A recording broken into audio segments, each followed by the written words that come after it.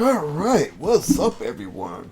Long time no see. It is March 16, 2023, and we're going to continue some more great Ace Attorney Chronicles.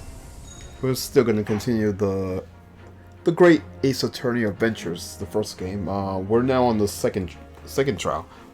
We did a little preview of what it was, but let me make sure now.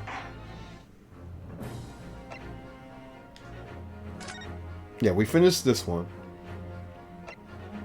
And that'll be this one next.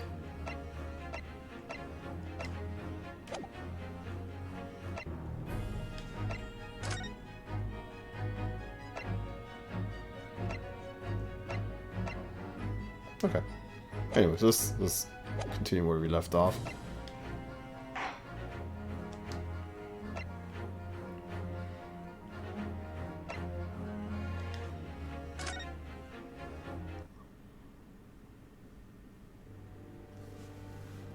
I think we're gonna get like a little animations. I'll let the animation go through first.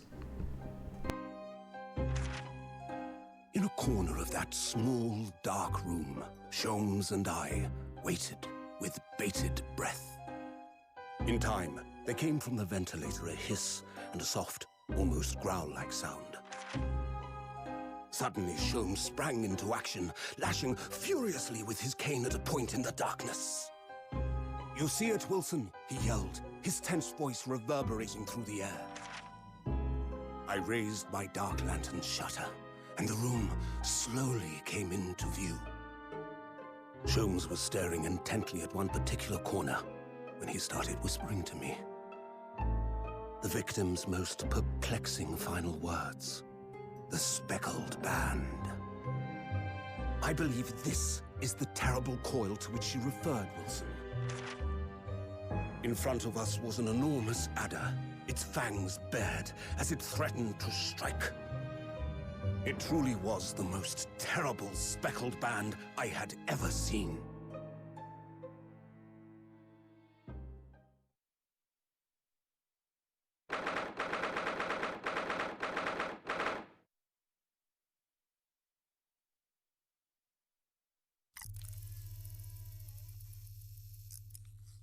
So then, let us unravel this mystery and discover what events led to this curious murder. Pray, do excuse me. The cabin door was bolted from the inside when the man was killed. No marks to suggest the bolt was tampered with in any way.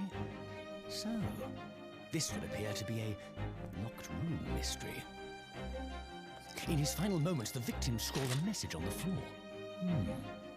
Almost certainly with the ink from this upset bottle. A Russian word. So the victim was a Russian man then. And the letters are well formed, suggesting he was compos mentis at the time. This is a most extraordinary script. And evidently not penned by the same hand as this message. In fact, I deduce it was written by someone of a different nationality.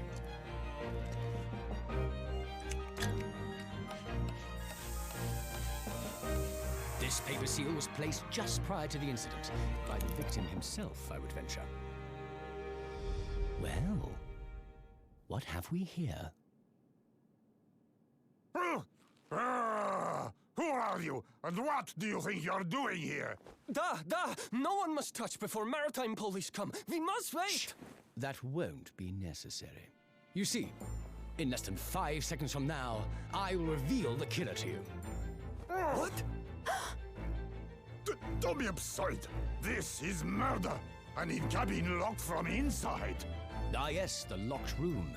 But that mystery is paper thin. You don't mean the culprit is in there? Who are you, and where have you come from? I'm a great British consultant detective, the only one in the world. Sherlock Sholmes. I presume you must have heard of me.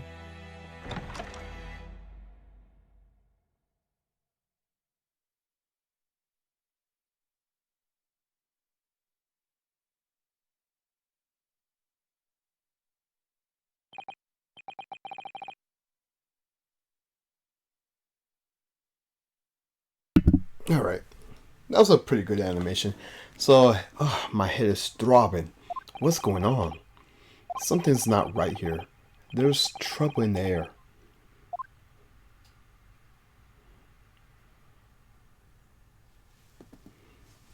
Guess we're looking around. Wait, I can't move. Oh, what the? Why am I in handcuffs? So you wake up now, We had to drag you out of the wardrobe. I don't believe how you could not wake up. You're a cold-blooded man. You? Huh? You found me then? Duh. We found you. And now you pay, criminal. How long are you hiding in that tiny wardrobe, Sorry. Now you've been found. It is time to admit your crimes. Unless you want to find out how cold the ocean is, No, I'll tell you everything. There's only one thing I'd like to know from you. Isn't that... Why did you do it? Why did you take his life? Miss Sasato. Wait, what did you just say? Take his life?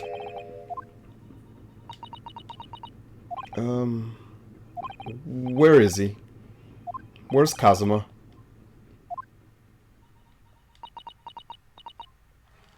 Ha! You pretend you do not know. You are a wolf in the sheep's pelt. You are the killer. Don't try to make excuses. What? Kazuma-sama's body was discovered not long ago. Here, in this very cabin. That was bolted shut from the inside. His body? Please, don't try to tell us you were doing this terrible thing in your sleep. Kazuma's dead? But he can't be. And these handcuffs. Surely you don't think I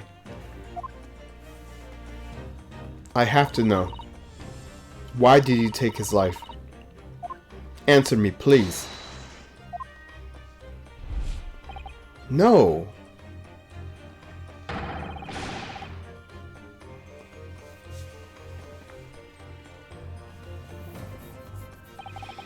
Kazuma.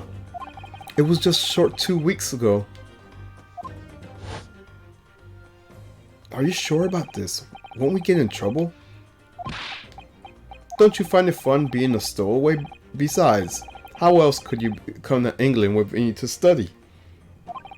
It was really something else when you brought your luggage in here earlier, though. The way that Russian crewman just tossed your traveling case into the floor. I thought I was gonna die. Yes, I still can't quite believe that. I really didn't think you'd be able to fit inside my trunk. You must be even less of a man than you look. Hey, honestly, I thought I'd broken every bone in my body. Well, it's about 50 days until we dock into Great Britain.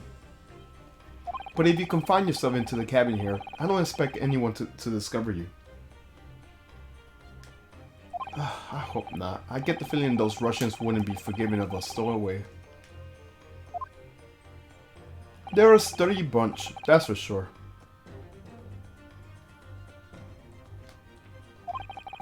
What I want to know is, why do we need to keep it a secret from the young lady? From our faithful judicial assistant, Mikotoba, you mean?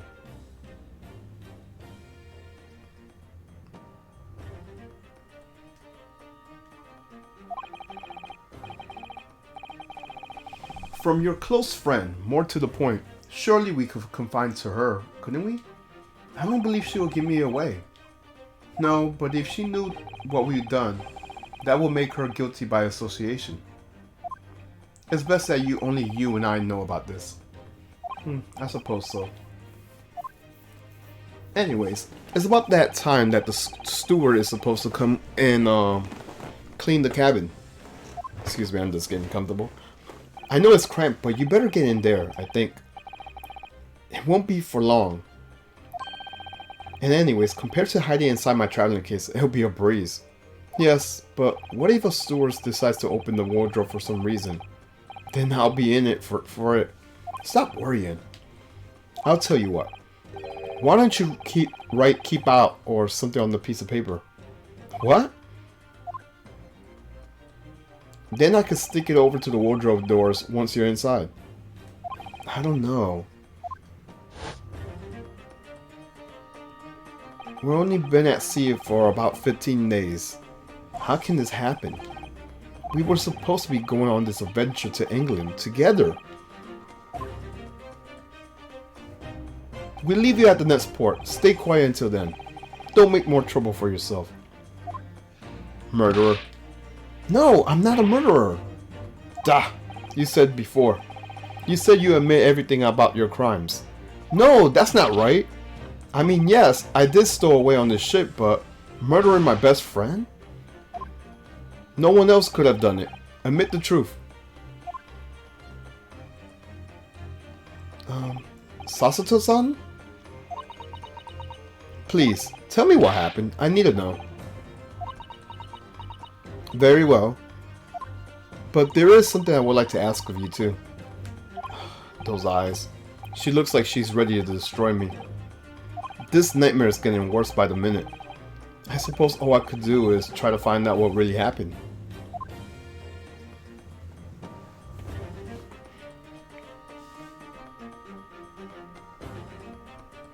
I guess it doesn't matter what I pick, huh?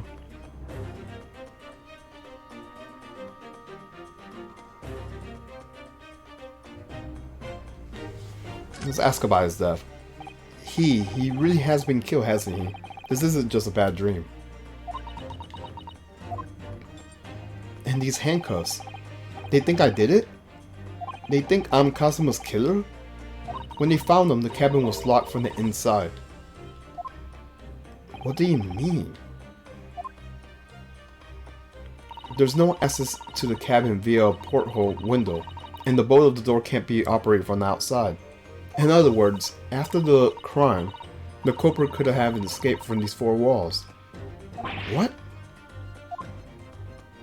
Or to put it another way, the culprit could only have been inside the cabin. Or do you have some other explanation? This is impossible. What happened exactly? Are you still gonna deny the charge, even despite the circumstances? What about the vents? There are some ventilations. You have to tell me, please, Sasata-san. The cause of death is still undetermined. They don't know how he died? The ship's doctor is examining the body, but of course he has no autopsy experience. I don't suppose we shall learn more until an expert has been consulted. So presumably that means there were no obvious external signs of injury then. That's true, yes.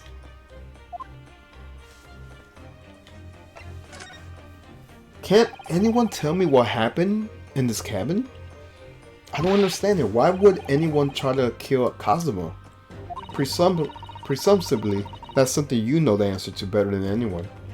Please, whatever you say, you were the one here in this cabin after all. Well, yes, I was, but... He would have always wake before dawn and do his training first thing in the morning.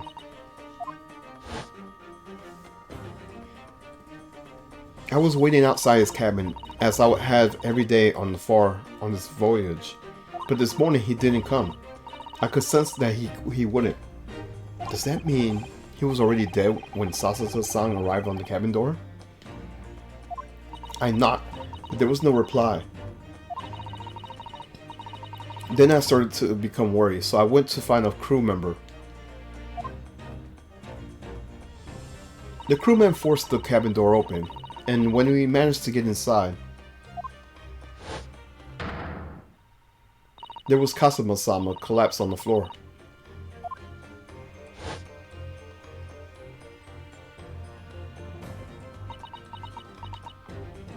And the white tape now shows exactly where he was found, I suppose. I had no idea anything had happened. I must have been asleep in the wardrobe somehow. I wish it wasn't the case, but that's just very hard to believe. This is all very hard to believe for me too, trust me. Now I told you everything I know.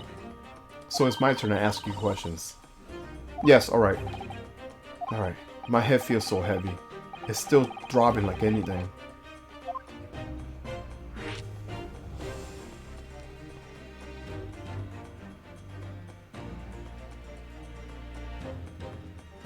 Okay, I guess we'll just play along. Stowaway. Why are you even on the board this ship, Naruhodo-san? You said something before being a stowaway, didn't you? Oh, yes. I'm afraid that's true. It's 2 weeks since we left Japan now, and I've been shut up in the cabin the entire time. I had no idea. But how can you have accompanied Kazuma-sama's cabin for so long without him noticing? Oh, no. That would have been impossible, obviously. Yes, of course. Kazuma invited me. He wanted us to go to England together. He actually asked you? But why? I'm afraid I don't really know the reason myself. I don't understand. Kazuma, why do you want this? What's the reason? Why go such extreme lengths to smuggle me into England with you?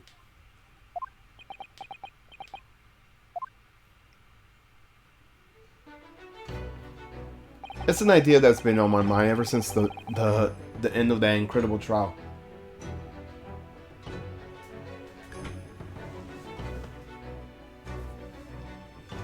I think I told you then, didn't I? That you ought to become a lawyer yourself. Yeah, he did say that.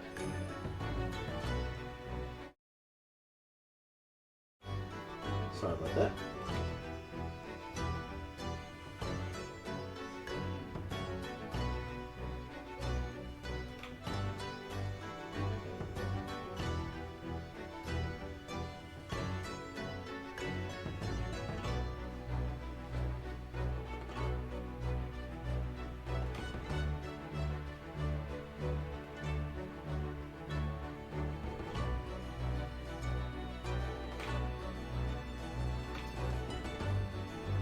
Sorry, I'm just looking at this box.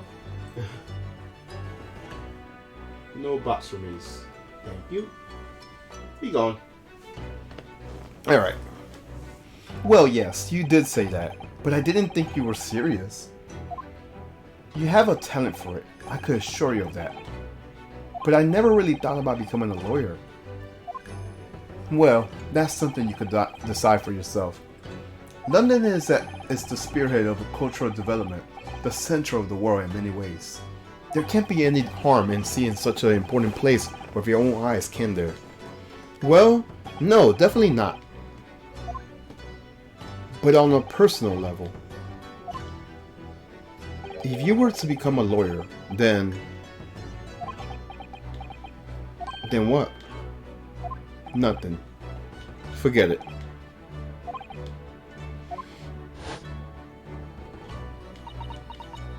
Kazuma-sama he was always saying the same thing, that he wanted to change the Japanese legal system.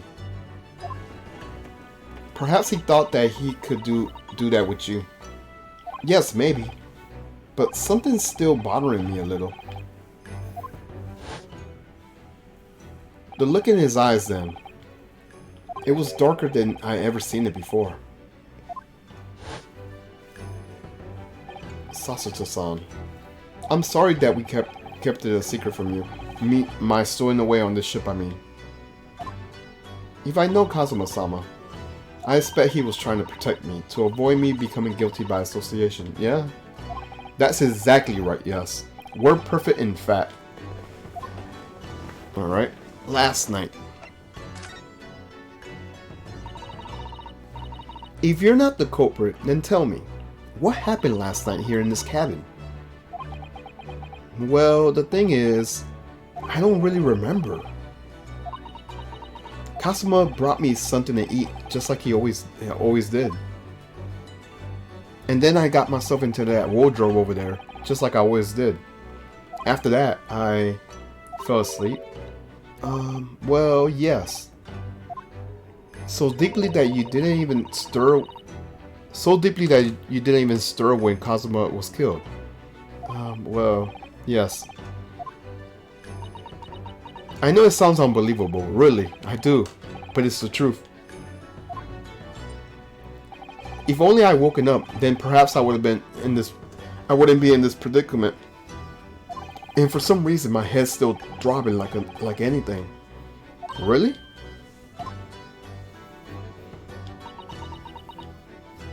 Is something wrong? Oh, no, it's. Please forget it. Susato-san, you have to believe me. I didn't do it. I really don't want to doubt you, but the trouble is, there is no one else who could possibly have done this.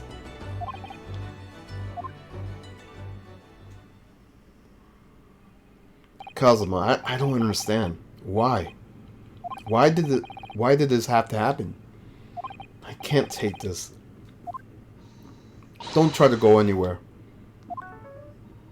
You're the perpetrator on this crime. You can't leave. I can't allow that to happen. I'm sorry, but Kazuma was killed right under my nose here, and I didn't do nothing to stop it.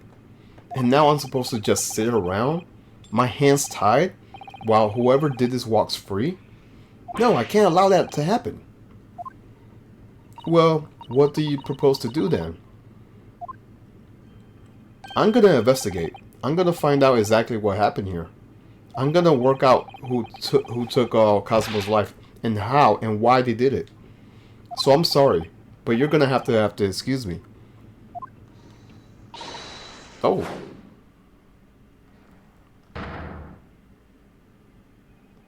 What the? That was a Susato takedown.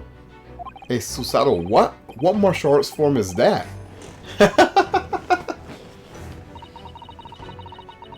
I'm gonna need you to prove it. Sorry, prove it. Yes, your innocence. I need evidence. But how am I supposed to? Have you forgotten already what you achieved just a few weeks ago? You successfully defended yourself in the court of law. Ah, I see. She suspected me to present some conclusive evidence. I have to get Susato to believe me. I'll show her some evidence right now that proves that I'm not guilty of this crime. What's this?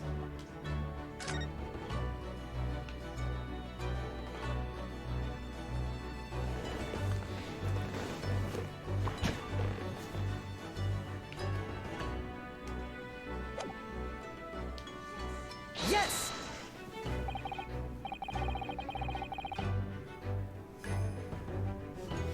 Tell me, when I was discovered in the wardrobe before, was this piece of paper stuck over the doors? Oh, yes, it was. I remember clearly. I thought so. Kazuma always put it in the place whenever I went to sleep in there.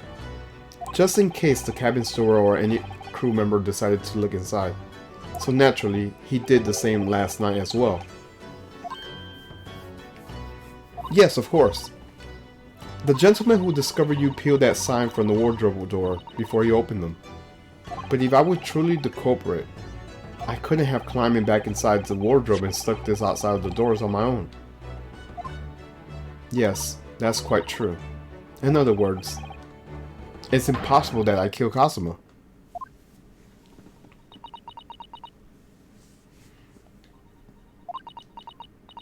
Well, even if you are sprawled hopelessly on the floor, I can see why Kazuma thought so highly of you. Thank you. Now, do you think perhaps you could help me up?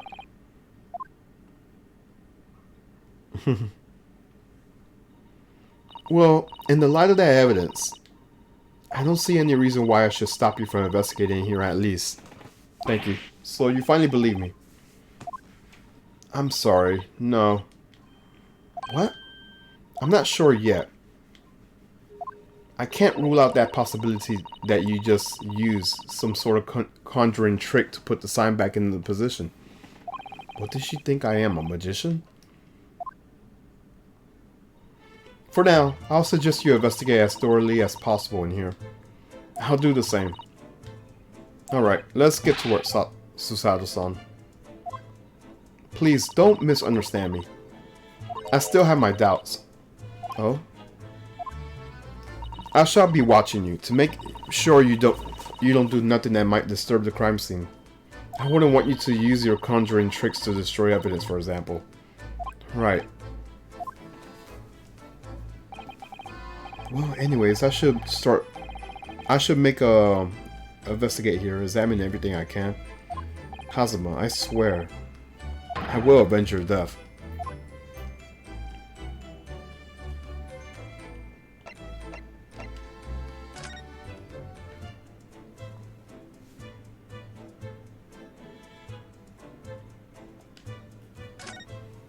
That's a very large traveling case, isn't it? Yes, it carries a lot of memories for me. Memories? What do you mean? Well, that's actually how I got stowed away on this vessel. I was brought on board inside that case. Ah, yes, I see. It says this way up in Japanese. Which is, in hindsight, I should have realized the foreign crewman couldn't be able to read. I was turned over and over and over, and then when I was tossed on the floor in here. Oh dear, being a stowaway isn't as romantic as it sounds. Well, it was less painful than a societal takedown. Oh dear, that won't do. Oh? What's the matter? Whenever I'm examining things, I always find myself so focused I forget to look around properly. Ah yes, that's not good. I don't suppose you're as foolish as me in that regard, are you, Naruhodo-san?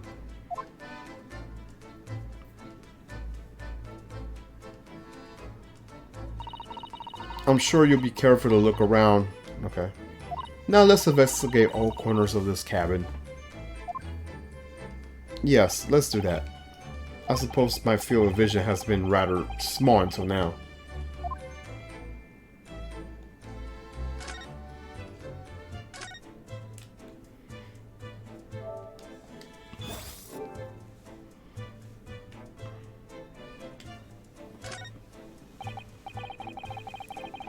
Did Kazuma write that before he died? It looks like it's written in ink. He must have knocked the ink down pop from the desk when he collapsed on the floor. Then I suppose he wrote this message by dripping in his finger in the spillage? Poor Kazuma-sama. No doubt he was in terrible pain. It's almost unbearable to imagine it. I suppose he was trying to leave some kind of clue in his final moments. I'm sorry, partner, but I can't read your writing. I don't think that's Japanese, Naruhara. What? Then what language is it? I'm guessing it's Russian. It pains me to admit it, but I don't know. It's not a foreign script I'm familiar with. What does it mean, I wonder?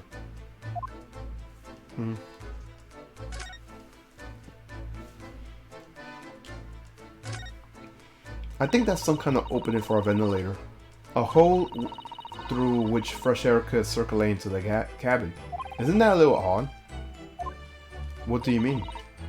Well, this ventilator, if that's what it is, looks like it must connect to the next door cabin. Yes, it would appear to. You're right. But if its purpose to allow fresh air into the room, surely it should be connected to the outside. That's true. Perhaps it's so that the rain and spray don't find their way in when the seas are rough or something like that. I suppose. Maybe that's it.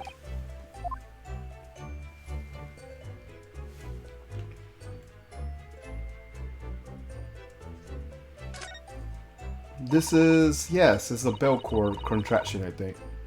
What do you mean, contraption?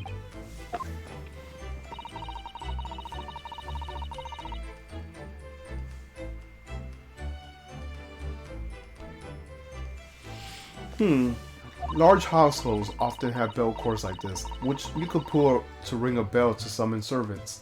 Really? That sounds almost magical. Shall we give it a little try? Yes. In the interest of cultural research, obviously.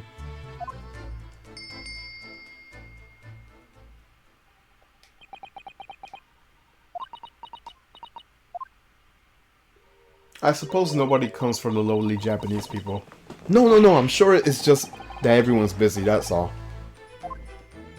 Okay.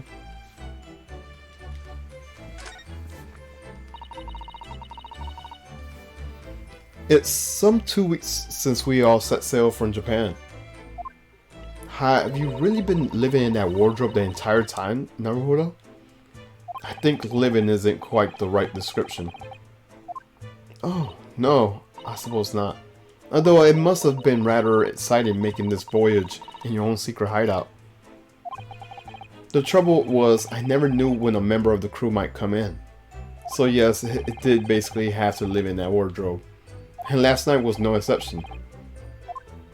But because of that, you had no idea what was happening out here in the cabin. No, sadly not.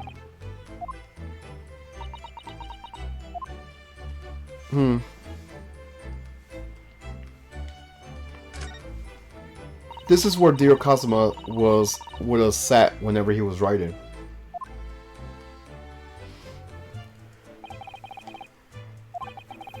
He didn't even make it to his destination. It looks as though the last entry is incomplete, which means what? He was in the middle of writing it when the incident happened. Let's see what it says. It could be valuable. That's out of the question. What? Kazuma-sama may have departed this world, but you must not read his private thoughts. But what if it's something important? Something relevant to this case?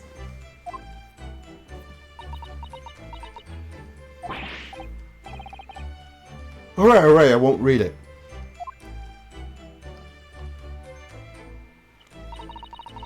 I don't like prying into people's personal matters either. But in this case, isn't the need for clues more important?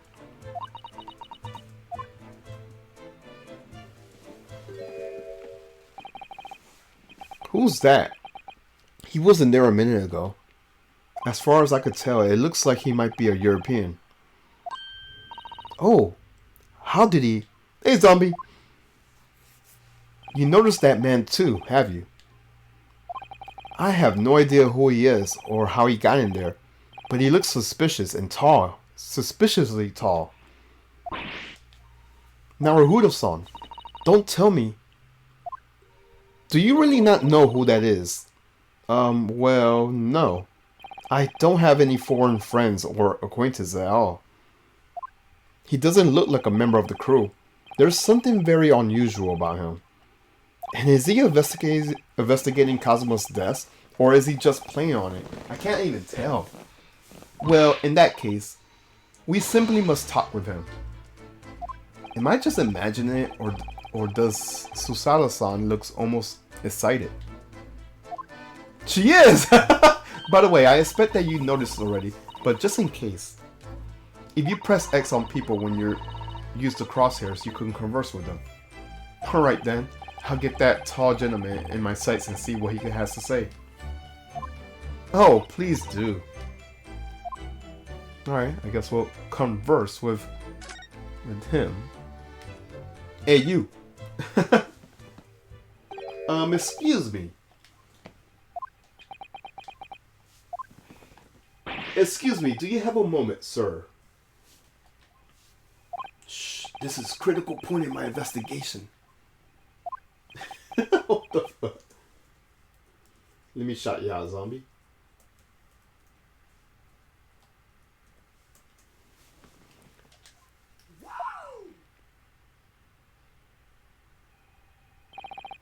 Maybe I should leave him alone. He seems a little unfriendly. Yes, perhaps that would be for the best. Oh! Greetings! I hope I haven't kept you up. Nothing much, zombie. Happy Thursday. Hope you're doing well. What exactly were you doing on Cosmo's desk for now, just now?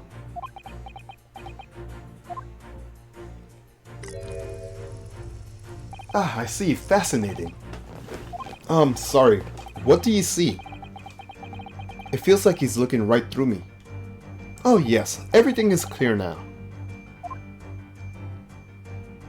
The train of reasoning has run its course. My deductions have been crystallized. Ads! Oh no! You!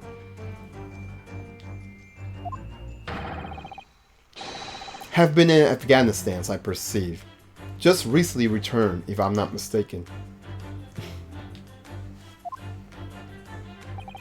Sorry, what? And now, while venturing towards foreign climes, you find yourself in the most troubling predicament. Oh, well, that's true at least. But how? Welcome back, zombie. You survived the ads. How the deuce did I know that, perhaps? It was really a most elementary deduction, hardly worth explaining. Have you perhaps managed to deduce anything else? But of course, a great many things. There is no mystery, my dear madam, for example. You have fled your native land of Russia, being, as you are a merciless revolutionary. You leave 16 victims of assassinations in your wake, and now travel to England to blow up the Crystal Tower. No. And when the bed-ridden occupant of this very cabin discovered your identity, you ended his life too. Yes, I believe that summarizes the facts beautifully. No, you're wrong, dude. No need to hide the truth now. Nothing deceives these eyes. Just to be clear, you're talking about me, are you? Certainly I am.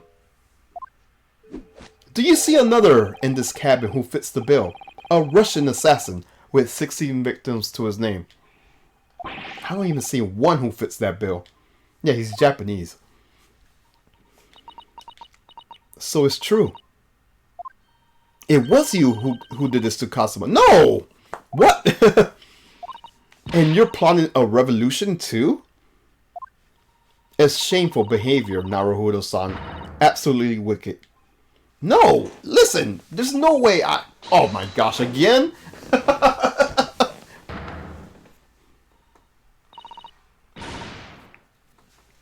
Now explain yourself. Tell me everything. This is ridiculous. Oh my gosh.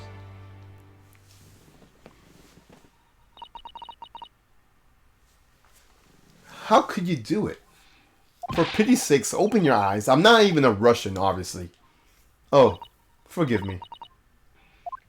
And as for you, what kind of deduction was that? You were just saying the first thing that came into your head. But was I not right? While venturing towards the foreign climes, you could find yourself in the most... He said that already.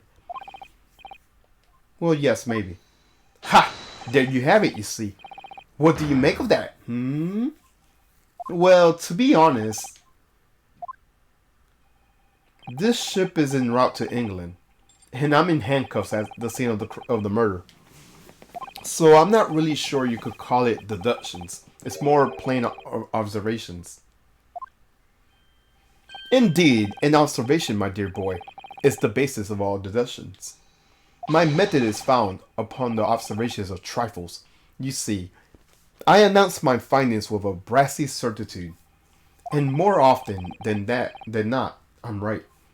Ha! I don't think you introduced yourself. My apologies. How remiss of me. I am none other than the greatest detective of the century, known to men and women the world over. The inimitable Sherlock Holmes. So it's really you, the actual Sherlock Holmes. The very same. Do you know this man, Susato-san? The most famous detective in the world. Of course I do. There's nobody who hasn't heard of him. What planet have I been living on? We must ask him what he deduced. He will have worked out the entire case already, I'm sure. Really? Why do I feel uneasy about this? I guess we'll converse with him. Oh, never mind. I wasn't trying to do that. Okay, great detective. So, you're a great detective, are you? Sorry, what was your name again? Indeed, I am none other than the one and only Herlock Sholmes. Oh, I see. You're German.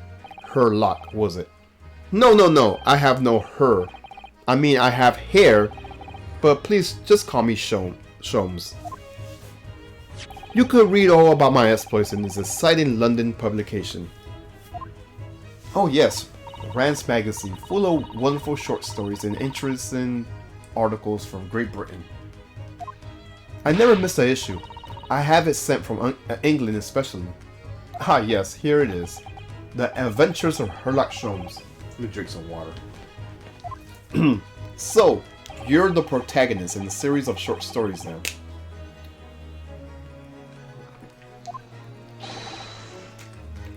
Indeed I am. And you read so many of your own stories, you started to think you really are a detective. Make no mistakes, I'm not the poor deluded fellow you take me for. Your inference is backwards. Backward? My trusty biographer records my greatest detective achievements and chronicles them in the magazine. You have a biographer? Do you? Doesn't everyone? Mine goes by the name of Dr. Wilson, presently keeping shop in London. Dr. Wilson. Oh! The guy who died. In the first case. I must say, thanks to that publication, I've been fantastically busy of late. Why, this very moment, I'm returning from Asia, having solved the mystery of a cursed royal crown. Really, I can't work out whether I should take this man seriously or not. Deduction, you see, is to me a science, logical reason in its purest form. A science? Really? The observer noticed even the most subtle of reactions in his subjects. A furtive glance, a twitch of a muscle, a slight inclination of the posture, fingernails, arm sleeves, furrows of skins, all these things are data. Right. And the trained logicians make deductions from the data in the blink of an eye. The ultimate conclusion is, without fail, the truth. As I demonstrate only a few short moments ago. How can he look me in the eye and claim that? Well, he just did. So you see, I have a turn both for observation and for deduction and fame. That is what makes me the one and only Herlock Sholmes. Okay.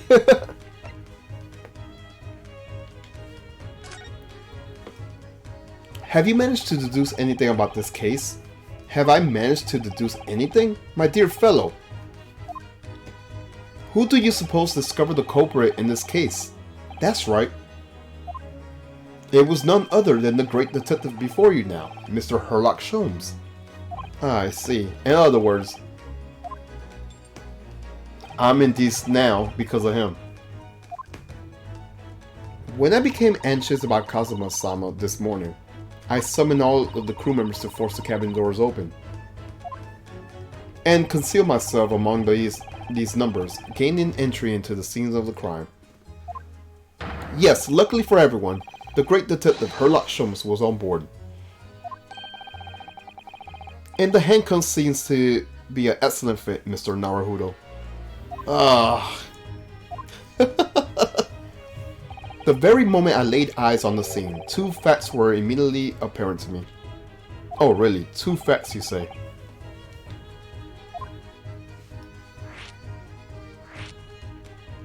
let's ask about the two facts, I guess.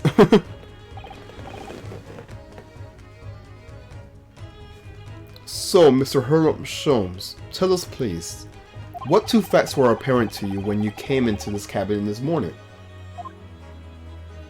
Ah, yes, but first, let us be precise.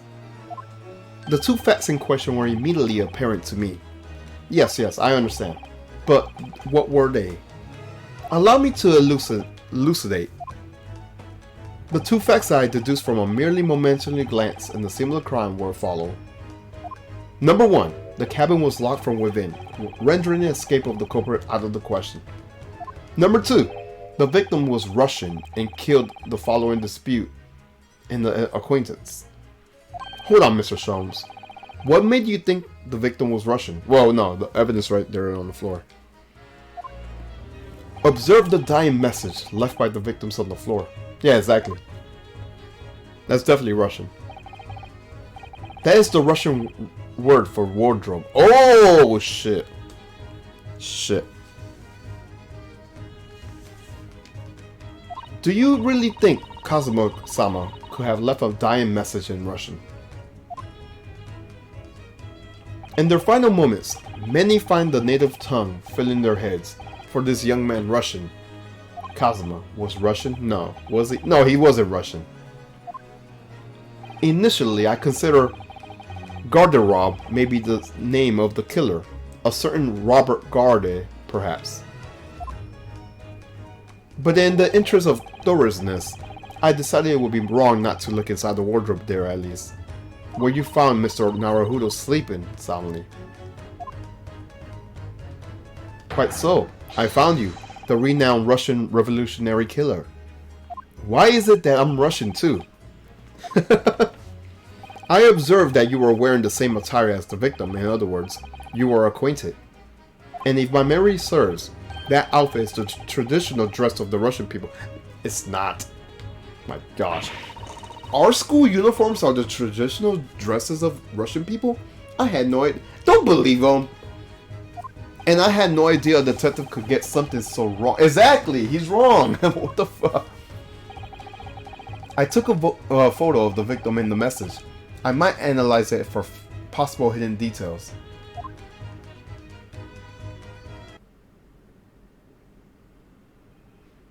This was taken immediately after the young man was discovered, before the body was removed. Yes, Kazuma has already been taken away when I woke up. This is the first time I actually seen him like this.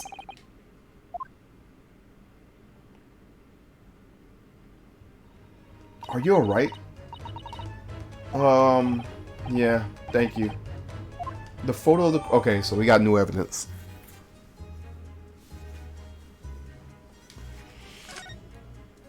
Can I ask you something, Mr. Sholmes? What, pray? You mentioned Russia before as well, didn't you? You know, when you said I was a fearsome revolutionary fleeing from Russia and all that. Ah yes, the train of reasoning that led me to the truth. Would you mind explaining that train of reasoning to me?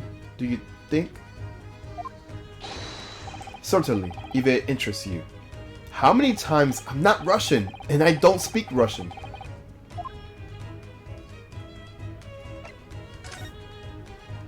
Can we talk about your deduction before? The things you concluded about me, I mean?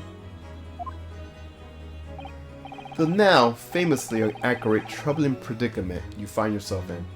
Actually, it was the other detail that I was more hoping to discuss. You know, the merciless Russian revolutionary in the Assassin of 16 part? Ah yes, the more sordid details. It was a fairly commonplace deduction. Here we have this morning's paper. The main headline reads, Revolutionary Valen Borshin flees Russia via Shanghai. This vessel made a port call at Shanghai yesterday, and last night the young Russian was murdered. Since when was Kazuma Russian? It sounds like Mr. Sholmes has concluded he was Russian because of what Kazuma wrote on the floor. It was a simple act of reasoning to realize that the culprit of this crime was the same merciless revolutionary. One who could kill the very man who helped him to escape after his true identity was discovered. Yes, you! Violent Bolshevik. No, how could it be me? It's not me. I don't look anything like this man. Just look at his face. Your PC stopped making noises? Oh, you mean the overheating thing? That's good. Well, you are a fearsome revolutionary after all. Therefore, you have no doubt learning to revolutionize your appearance as well. Oh, please. He cleans the inside so I could open it. Okay. So I guess it was the insides then. Okay. And I might add, your name does not appear on the ship's passenger list. Need I say more? Well, that's because I'm a stowaway. What about the other detail? The 16 victims of assassination and blowing up the Crystal Tower. Ah yes, the journalist clearly interviewed the man and printed all those facts in the articles.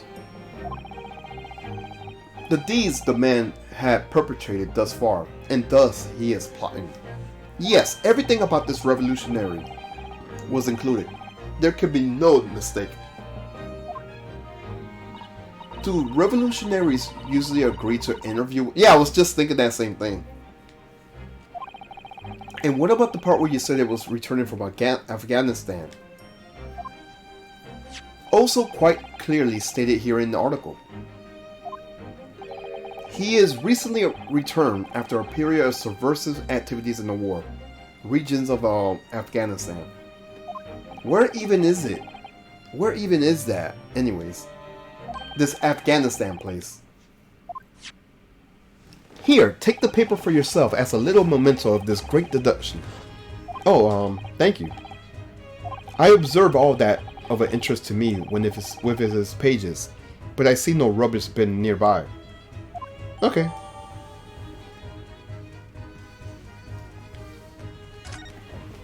But yeah, I'm glad your PC is not making noises. That's good.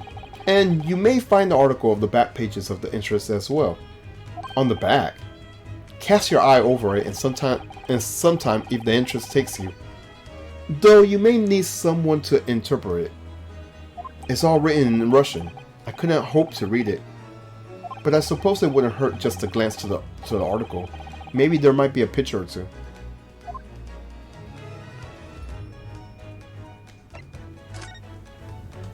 Before we started talking, you were examining Cosimo's desk, weren't you? Cosimo. Ah, yes, the victim.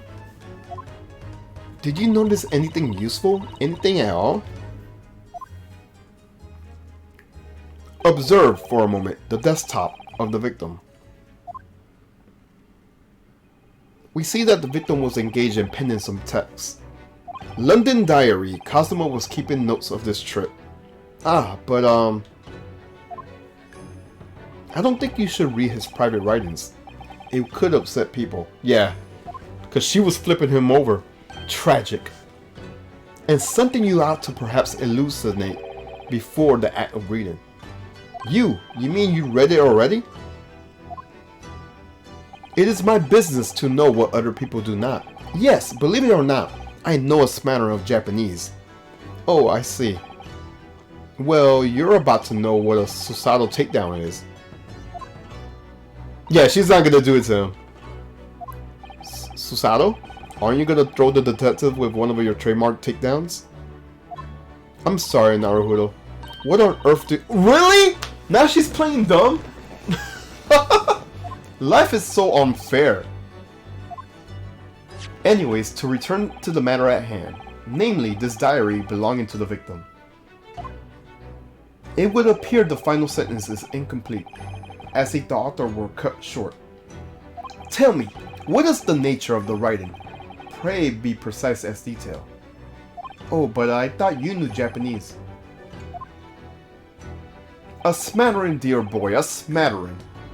Sayonara, bonsai, mikado. Really? Nado. I trust you're suitably impressed. But this diary is littered with complicated looking characters, or which I could read precise— Oh, so he's— Okay, I get it. Herlock Shong speak Weebonese. You know, like how weebs be like knowing like lyrics of Japanese openings and shit like that. They just know certain words. That's all it is. Oh, Sholmes, you're a true weeb. So what was that showing off about that before then?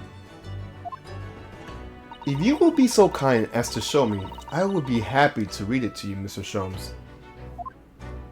I'm much obliged, my dear madam. The final entry here in Kazuma-sama's diary consists of just 2 short sentences. The first reads, 1:23 a.m. I could hear a faint whistling sound. A whistling sound. These are very deep waters. Pray, go on. The second sentence reads, 1:35 a.m. What looks like some sort of speckled band is dangling from the ventilators. A snake? They mentioned that early, the speckled band earlier before this case started. A speckled band? What on earth does that mean? I have no idea. I never heard of that expression before. No, they showed a snake earlier today, before I started this chapter. The ventilator grill, you say. The man who was referring to the lattice there is on the wall, which connects to the join-in cabin. Okay, so we mentioned that earlier. Yes, a join-in cabin.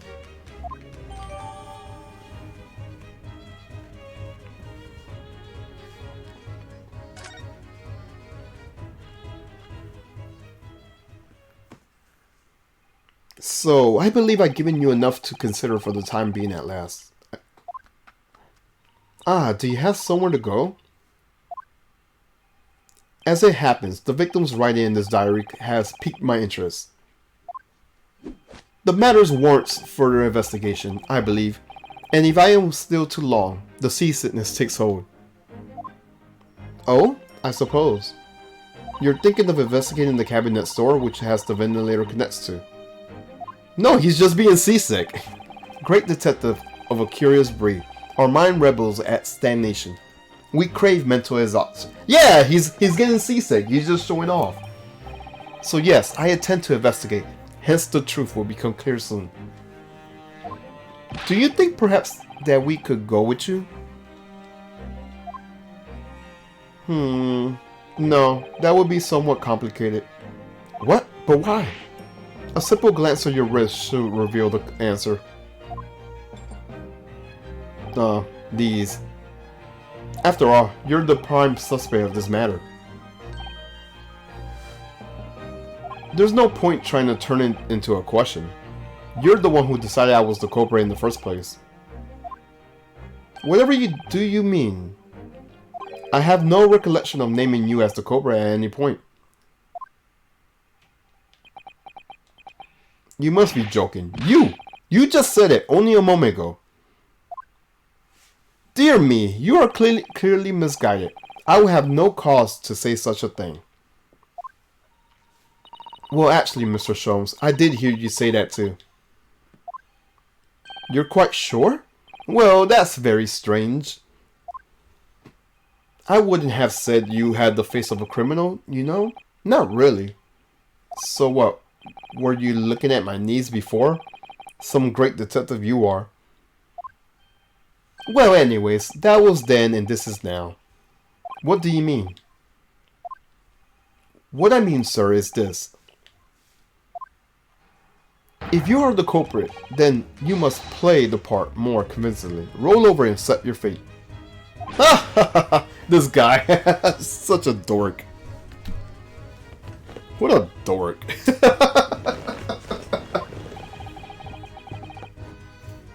Now he's just being plain. I know exactly.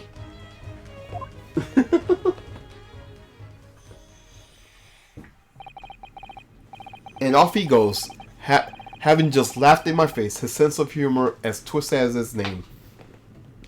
That I concur. Naruhodo-san, what are you just standing there for? Huh? We must go and investigate the cabin next door as well. Aren't you forgetting something? What about these? There's no— oh my gosh, come on! Stop it! After Cosmo spent his dying moments struggling to leave as a clue, you're willing to give up? You're just going to roll over and accept your fate? As you just gave me any choice to be rolling over part. My gosh. I think we still have some investigations to finish off here first, don't we? I don't know. Let's carry on examining what we can in this cabin while we can for a chance to slip next door. Good idea. The situation doesn't look good for me, but there are still things I do to help myself. And I owe it to Cosmo to do everything I could find a way out of this. And bring the real culprit to justice. Alright, is there any... I think that's everything here. I think we can move. Or maybe I should look at my... No, that's not what I was trying to do.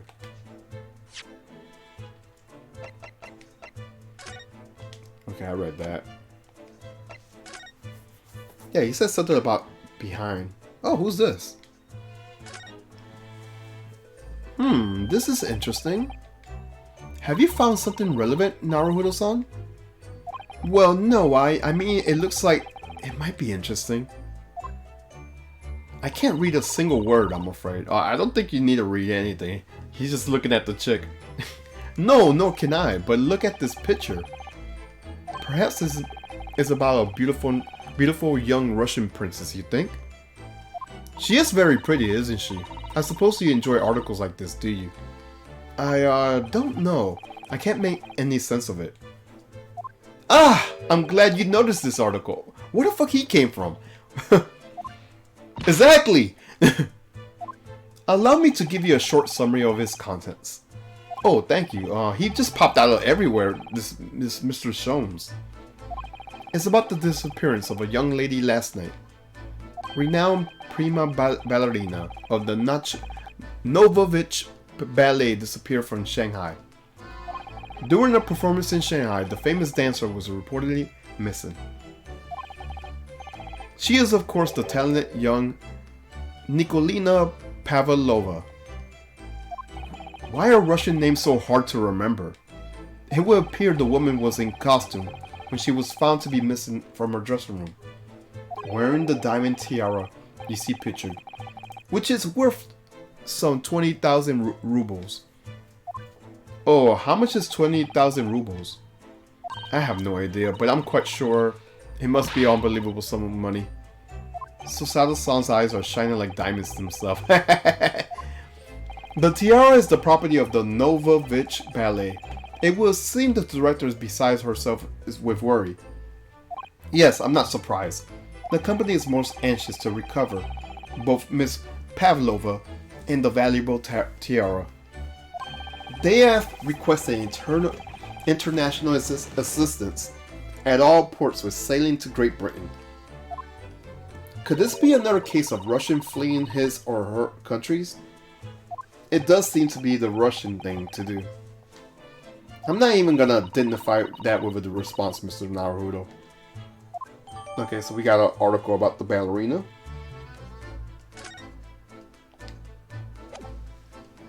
I think that's all we have. I could look at this.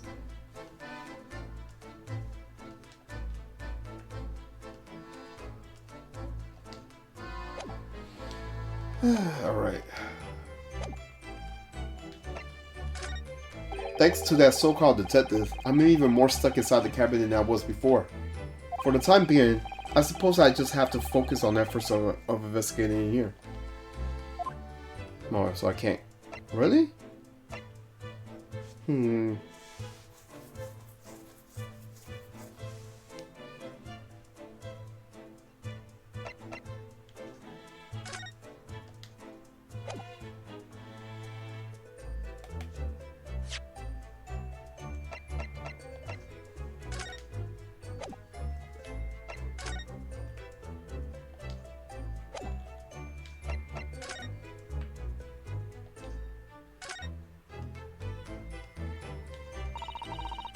Can't read a word. Okay. Allow me to offer some assistance. The article on the front page of the newspaper is concerned about the fearsome Russian revolutionary. It reads, Revolutionary Vailin Bolshevik flees Russia via Shanghai. Yes, you told us that before. It reveals also that you also need to see the man's beard with their own eyes to live the tale. Oh my goodness, he is fearsome. Well, the newspaper photographer was alright, wasn't he? The solution is obvious, of course. If he despises his beard to the degree, he needs to shave it off. I'm not quite sure that's the problem, Mr. Sholmes. Okay, whatever.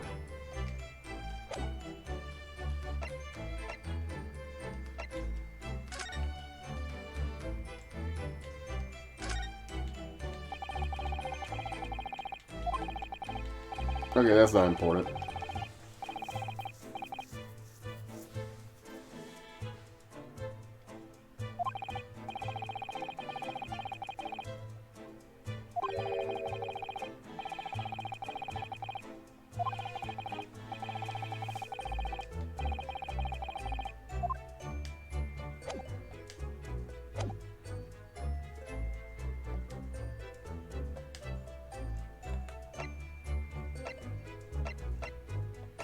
And I don't think I can leave, right? Yeah, I can't leave.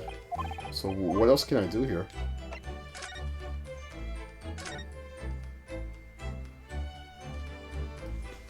I'm pretty sure I checked everything around here. I checked that. Check that. Check this. Check this.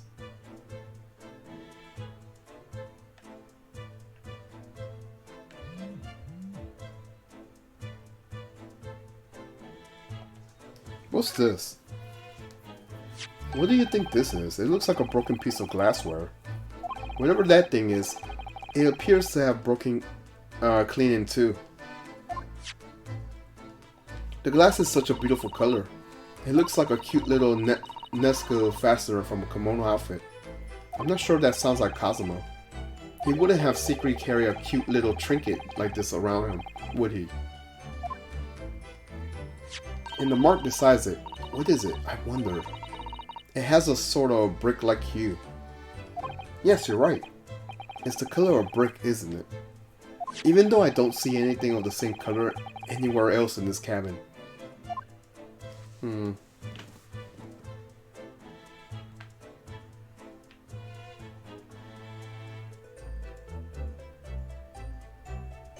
Yeah, I checked this, I checked this. What else did I miss? I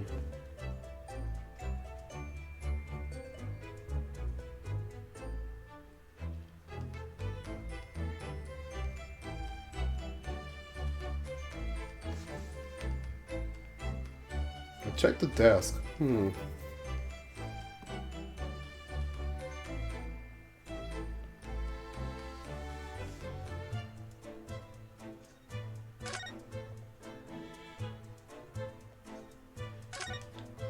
Excuse me. What? I was wondering if I could ask you a favor. Would you mind if I investigate a little outside? Grandmother told me Japanese people do not make jokes, but it's not true, I see. Sorry? The criminal asking prison guards to help him escape. Very funny. We're in the middle of the sea. There's no chance of me escaping. Nyeh. You stay in this cabin until the next port. Then it's up to the Hong Kong police to decide what they do with you. You stay. Alright. There's no point of trying to appeal to this man's better nature, that's for sure.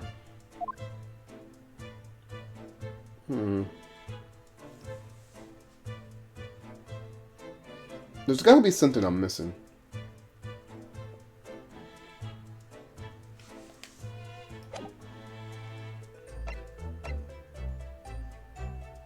Yeah, I have converse and present unable, so I guess I just have to check everything around here.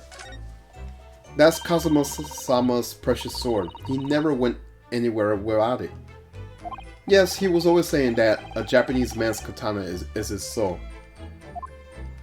I believe he had to work very hard to convince the government to allow him to bring it to the ship. I suppose that just shows how important it is to him. And now he's gone. But I'm not ready to let his spirit go just yet. Okay, nothing there. What's this? That's my dinner from last night, a roast chicken. It was really tasty. Yes, it was very delicious, wasn't it? But, did you eat it on the floor here? I'm not a dog. I ate it at the table, of course. Which begs the question of when and how the plate ended up on the floor.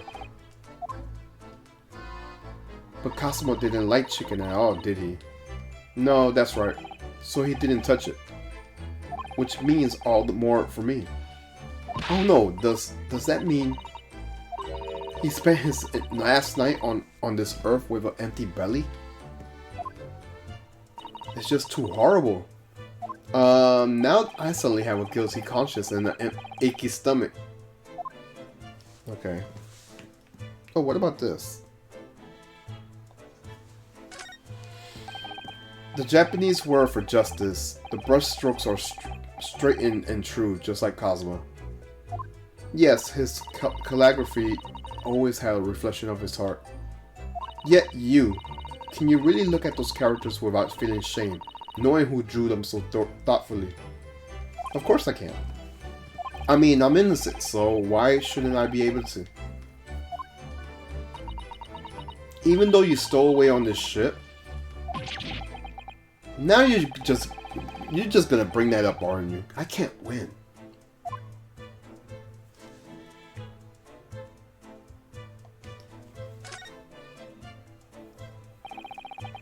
These are the rules of passage for travel aboard the SS Borea. It's essentially a list of requests from the captain to all passengers. Must not keep weapons or other dangerous objects in their cabins. Pets are also strictly forbidden.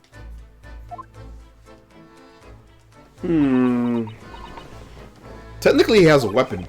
Why are you staring at me? Oh, sorry, I was just thinking. Are you more of a dangerous object or a pet?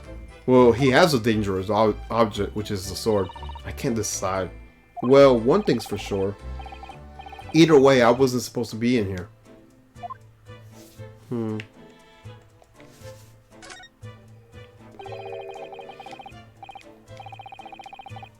The books has fallen off the shelves, and what's this, a statue of some god of the sea? Although he's fallen over as well. Yes, it's almost as the whole shelf has been ransacked, and something moved down at once. I wonder if... Perhaps it was Cosmo doing this morning sword training, do you think? I seriously... Yeah, I doubt it too. Then perhaps... It was you in fit of rage. I wouldn't have bothered leaving the wardrobe just to mess up a few books in the statue. Could the way these things have been thrown away anything to do with the case, I wonder? Well, I just set everything straight again. I don't like to see a mess.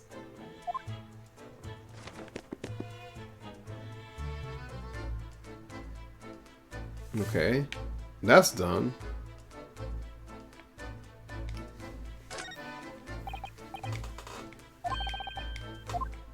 That's the same dialogue. Okay.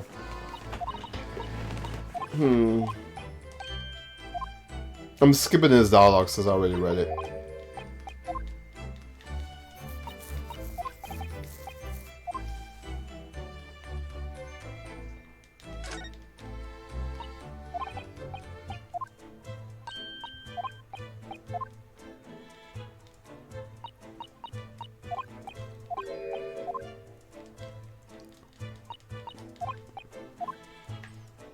What's this?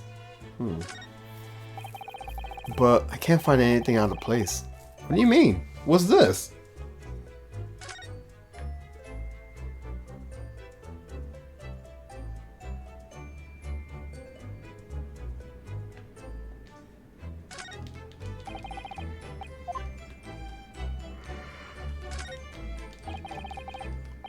Same dialogue.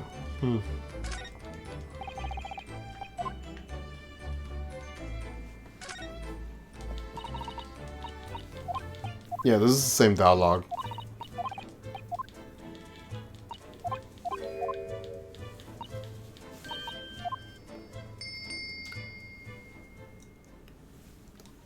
Yeah, nothing happened.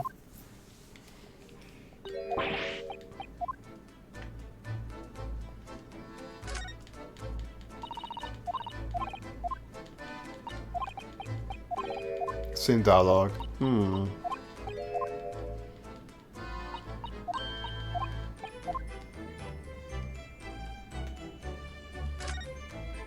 I don't know what else to examine.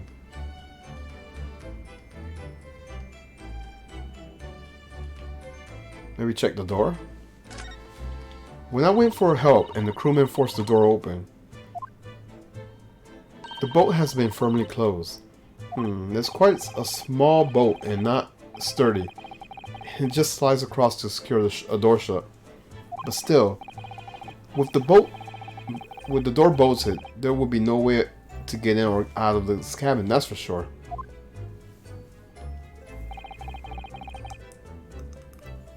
It's no wonder everyone suspects me.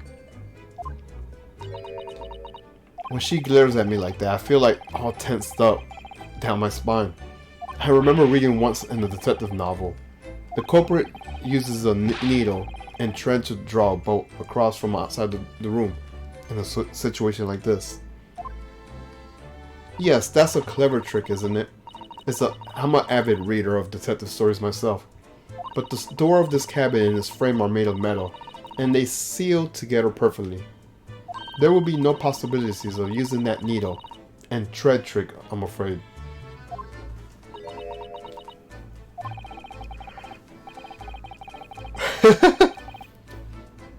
When she glares at me like that, I feel pins of needles all up and down my spine. Oh, who's this? Oh, look over there! The crewmate. Do you mean he wasn't there before, was he? That's what I thought. Why don't we try talking to him? Probably because I'm likely to get yelled at again. But I suppose I could try.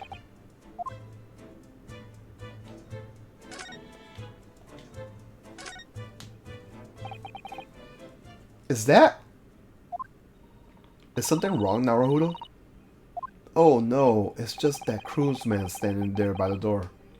I can't help but feel like I've seen him somewhere. That looks like Inspector, what's his name, Hasunaga? Ah, yes, you're right. He does look familiar. It probably is. Excuse me, sir. It is him. Yeah, that's him. What can I do for you? Yeah, that's him. That's definitely him. I recognize that face, but it can't be. It's definitely him. It is. I didn't know you were here, Inspector Hasunaga.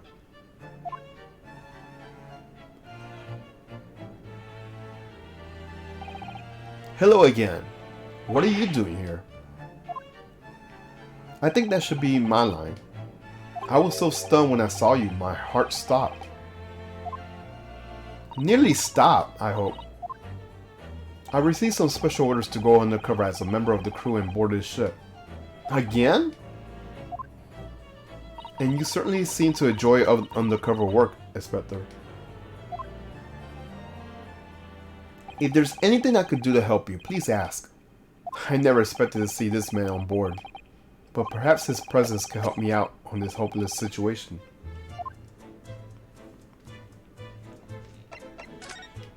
I can't just roll over and set my front. Okay. Turn this desperate situation around somehow. Then the inspector in front of me is okay, so I have to converse with him, right? Alright, let's converse with him.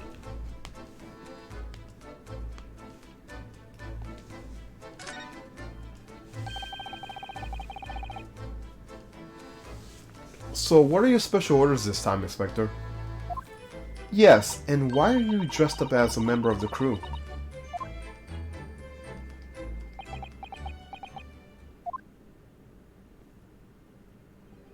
I'm so sorry.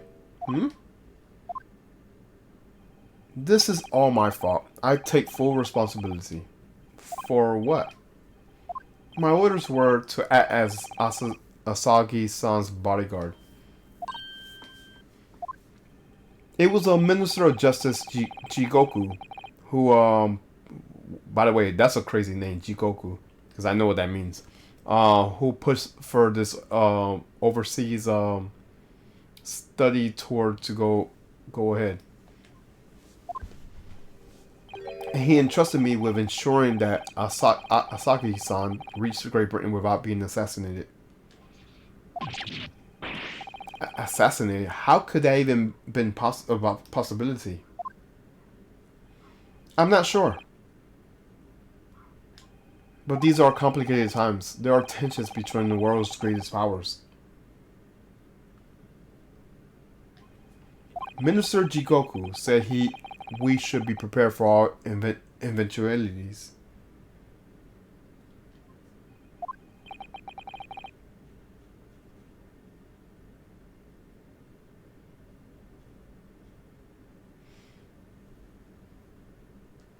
Okay, this is incredible. I don't believe it.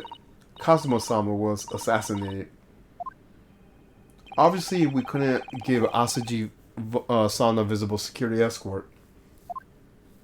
Which is why I'm undercover now, posing as one of the crew. I see.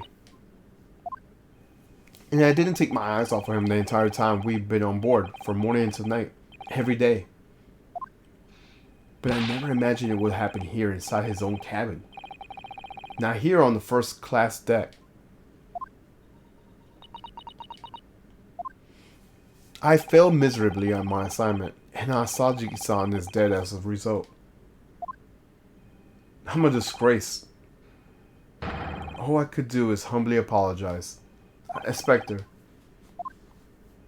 So if there's anything at all I could do to help, just say the word.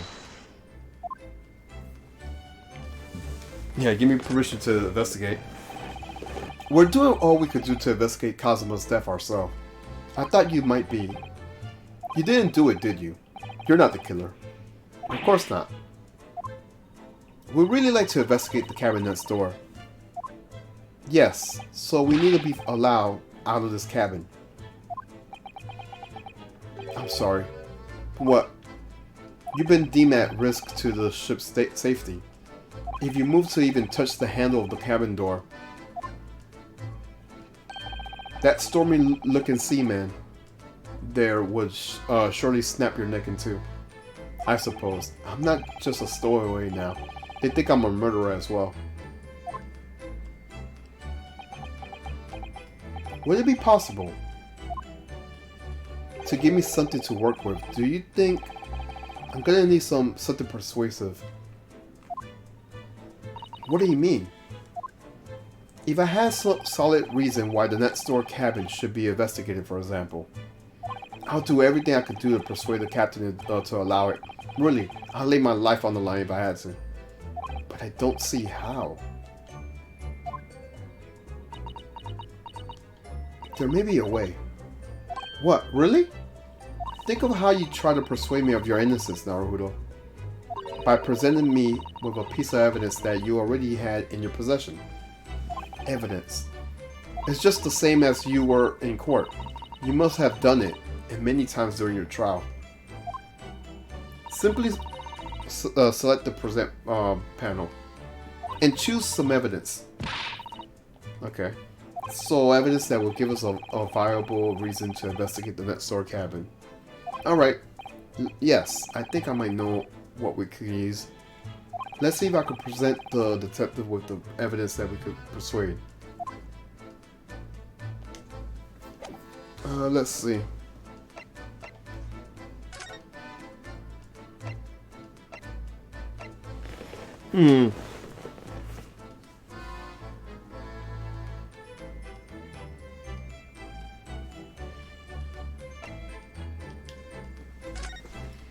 What's that? It's Kazuma's diary. Just before he died, Kazuma-sama wrote something rather strange in his diary. Strange? In what way? He wrote, what looks like some kind of speckle band is dangling from the ventilator grill.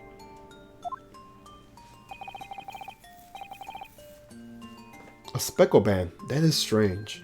Yes, we're still trying to work out what he meant by that. But I would like to know is... Don't tell me. the ventilator, is it? You're very astute, Inspector. That ventilator certainly joins to the next door cabin. That's right. So we must investigate in there. We might be able to work out the speckle band was. Alright then. I can't leave this cabin at the moment. I'm stuck here until we arrive at the next port. The captain has given me strict orders to guard the scene of the crime, you see. I'll have to entrust the investigation to you. Really? You're willing to do that? Yes, as long as you don't leave the first class cabin area. I'm afraid I can't remove those handcuffs though. But what about the captain? Aren't you going against his direct orders? I'm a man of my word. And I promise you that I'll lay my life on the line if that's what it takes to convince the captain. After all, if I fail to keep Asagi-san safe, this is the least I could do. Thank you. Let's seize the moment then. Let's just select move. Yeah, I know how to move.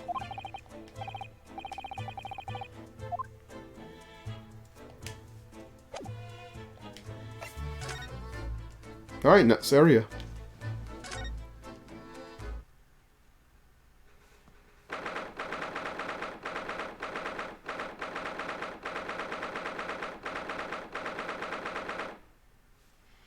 Alright. I'm finally out of that cabin. I have to admit, this isn't quite what I was expecting. It's less spacious out here than I thought it would be, but this is the most luxurious accommodations. Yes, indeed. Kazuma-sama was being sent on the study tour by the government. That's why he was being into a first-class cabin. Even still, this is about twice as large as my accommodation in steerage. Really? That must be awful. Oh, look over there. That's another crewman keeping watch. He looks enormous, even if he is sitting down. The door next to him leads to the second class accommodation. I suppose he's making sure that no one comes in here who shouldn't. I suppose. Like people in handcuffs. Naruto-san, you look like a little boy visiting a toy shop for the first time. I would have thought you'd be used to the ship by now. We've been at sea for 2 weeks already. Well, yes, I know. But the thing is, I was inside Kazuma's trunk when I first came aboard. And ever since then, I've been shut up inside that little wardrobe. It must have been a very trying time for you. Please, don't give me that pity look. Alright, let's look around.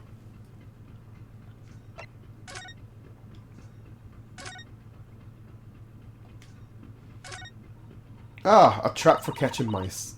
Yes, we have plenty of those back in Japan. Although they seem to be using a lump of chalk as bait.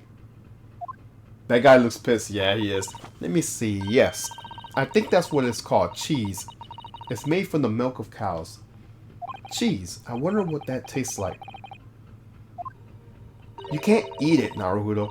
The trap will snap your fingers. Really? Oh, but, I suppose you're right. You weren't actually gonna try it, were you? All I got to eat for the past couple of weeks is Cosmo's leftovers. You don't know how hungry I've been in that wardrobe. Poor you. I'll find a little snack for you later.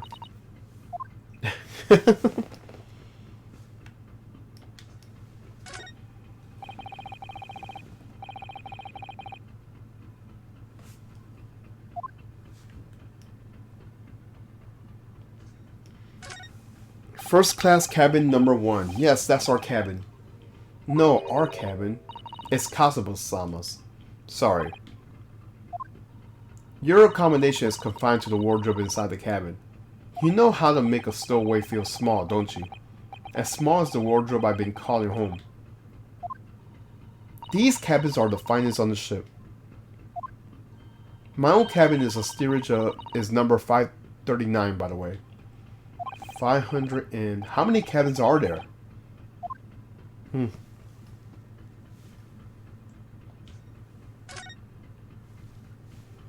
This is it. This is the cabin next to ours. This is the one with the ventilator connected to it. Yes, the ventilator from which Kazuma-sama wrote that he saw a speckled band emerging. Maybe whoever's in that cabin can solve that particular mystery. Let's ask. Oh, shit.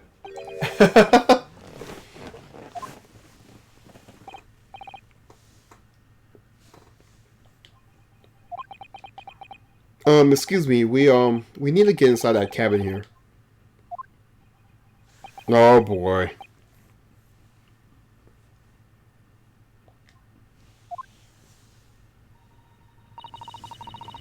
The sailor's eye speaks volumes. They're clearly saying keep out. That's what I wrote on the sign we put on the wardrobe doors. Although this man's version is definitely more effective.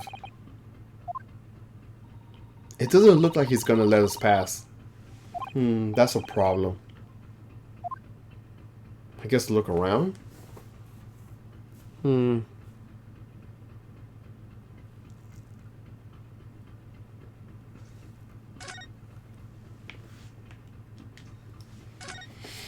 Looks like a plan. It shows each deck's look. Okay. It's a large-scale steamship with a triple-skin hull. What a marvel of engineering. Well, it's been playing on my mind for a while now, actually. How is it that such a huge lump of metal doesn't just sink in the bottom of the ocean? Oh, that's really quite simple, Naruto. It is? Well, it's considered the Japanese, Acapulco, the island of Japan. Yes, they're not metal, but they are enormous lumps of earth, many, many times larger than the ship. And they don't sink, do they? They've been floating happily on the sea since the gods created them.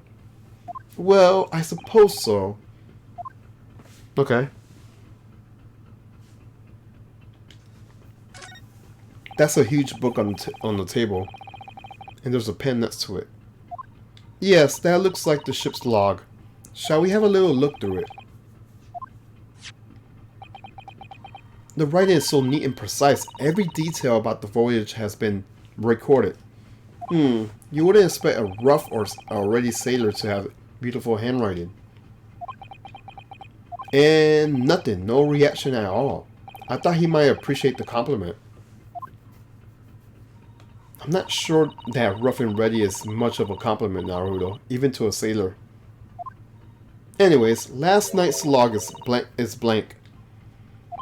That means there was nothing to report.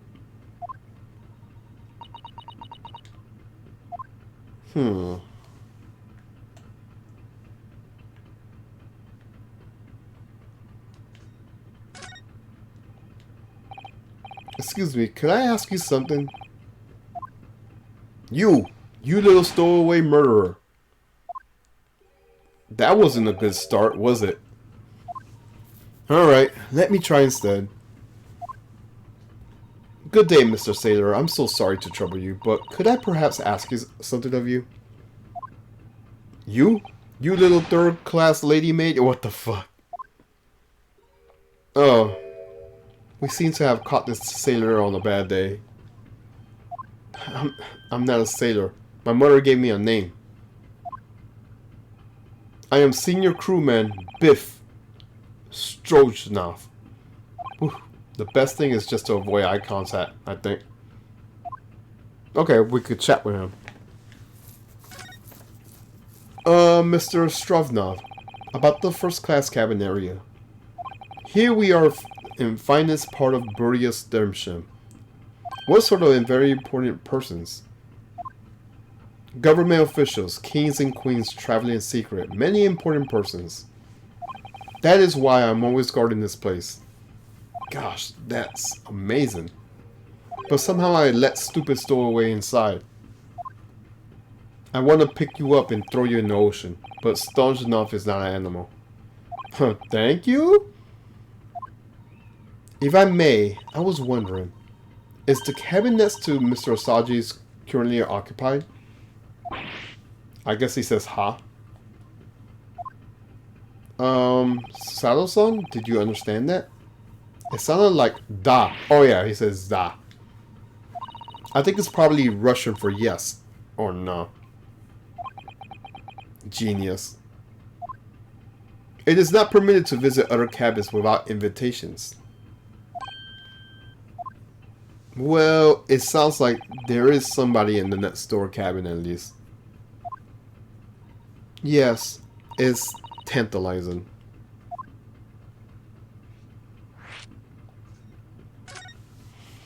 Could you tell us who's traveling in the cabin next to Mr. Asoji? His name is Mr. Grimesby Roylott. He is a very important Western gentleman. A Western gentleman. Do not think about it. He has nothing to do with the murder. How can you be so sure about that? Mr. Roylott is an authentic Western gentleman.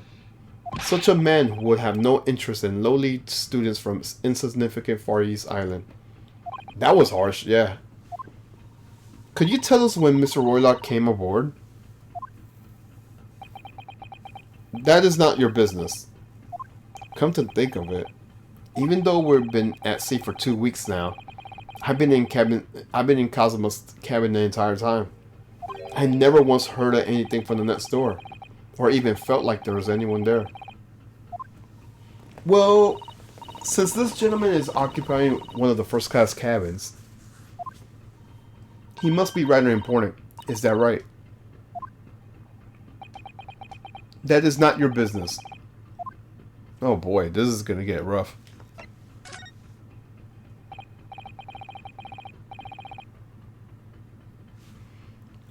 Are you on watch here all the time, Seaman Strovna? Da, all the time. So criminals like you cannot come in or get out. I wonder, could you tell us anything about last night at all? It is sad about Study Boy. Were you on watch last night as well? Of course. And did you notice anything at the time? Anything unusual? Yeah. Did you understand that? It was clearly a no. I saw nothing unusual, nothing at all. And you didn't hear anything strange or sense anything wrong in some way? I said no. Oh shit. I'm not so sure. I could have sworn he wouldn't catch my eye for a moment there.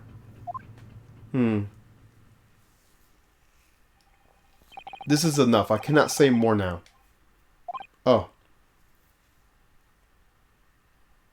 You want to make a tier list on who's the most attractive second character on stream? Go for it. It is time for me to report to Captain. You must return to cabin. Yes, alright. That'll be fun, zombie. Bulkhead to sub... by the way, I'm gonna be free all weekend, so I'll hang out. I don't mind hanging out. You escape when the lobster whistles on top of the mountain, or as English say, when the pigs fly. Yes, I understand. Good. Now we can investigate this area properly, shall we? Definitely.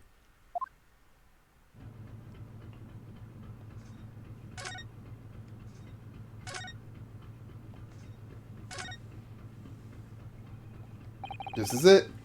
This is the cabin next to ours. This is where the ventilator connects. Yes, the ventilator from which Kazama wrote that he saw a speckled band. Maybe whoever's in the cabin can solve the mystery. Let's ask.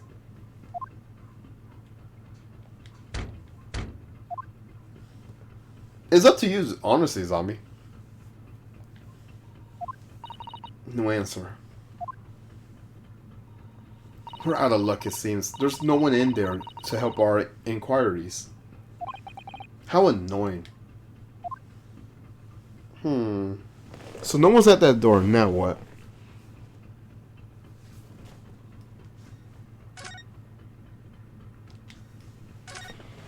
That's the way to the second class area of the ship.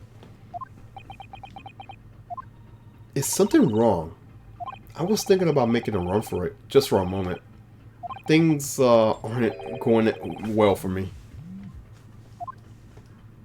I might be wrong, but I imagine the moment you reach for the handle of the door, the burly seaman will surely shoot you dead. Oh dear, I'm sorry. Perhaps I went a little too far there.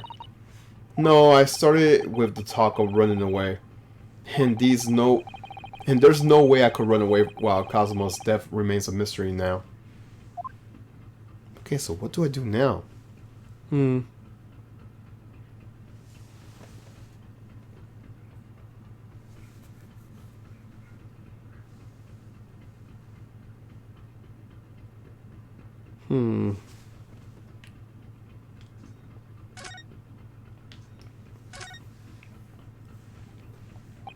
Same dialogue, okay.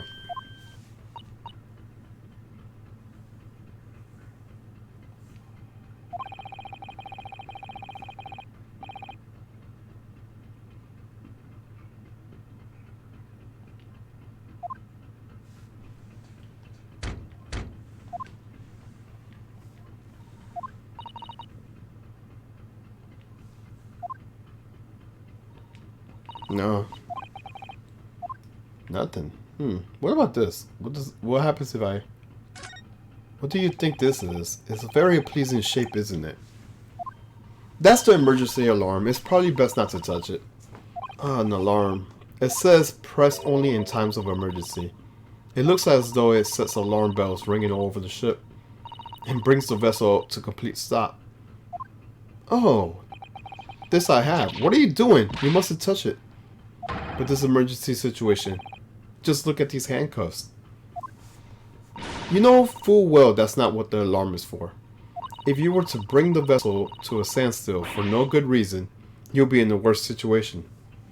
I wish everything would just stop. This ship included. If you have to do something foolish, at least make it something that doesn't affect anyone else. Oh! What was that? It came from the inside. Such a high-pitched scream. It must have been a woman. Stand aside. Oh, this fucker. I'm about to break down the door. Mr. Sholmes! I shan't be stopped. When the fit is on me, I revel in kicking doors under the hedges. Please, wait, Mr. Sholmes. The door doesn't appear to be bolted. It doesn't? Then how the deuce can I dispatch the muscular urge?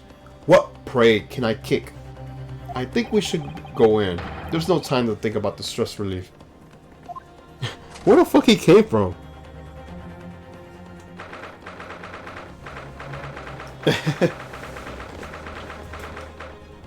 Oh!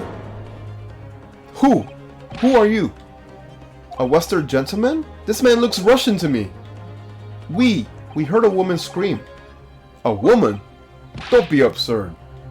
As you can see, there's nobody but me in this cabin. True, this old man does seem to appear only in this here. But in that case, who just screamed? Get out, all of you, now! Please excuse the intrusion, but you're Grimsby Roylott, I believe. Yes, that's me. And you are? I am the only one. I am the one and only, the actual Herlock Sholmes. You heard of me, no doubt. No. I am a great detective among great detectives, one who adorns the covers of popular magazines, no less. So I assure you, you may trust me completely. The man uses the magazine like a business card. A detective? I do not trust detectives. We distinctly heard a scream emanating from within these walls. But there wouldn't appear to be a lady concealing herself within the wardrobe this time. So I might be bold to ask you to open that small traveling case. What? Don't be stupid. How could anyone fit in a small trunk like that? Well, it's quite fashionable these days, is it not? Traveling inside one's trunk. Don't look at me. Oh shit, it did move. Did you see that? Yes, we saw that. The case just shook. Leave, now! Otherwise, I'll call the steward. So this is Cosmo's neighbor, Mr. Grimesby Roylott. There's no doubt about it. This strange Russian man is hiding something. I couldn't agree more. Let's see if we could find some clues before the burly sailor returns.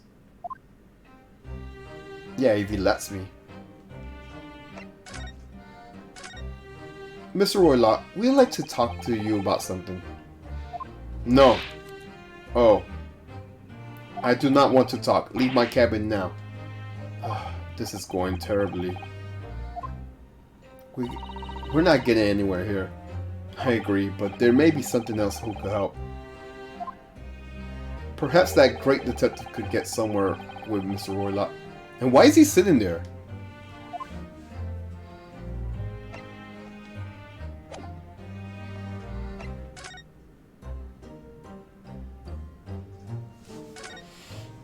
Do you have a moment, please, Mr. Sholmes?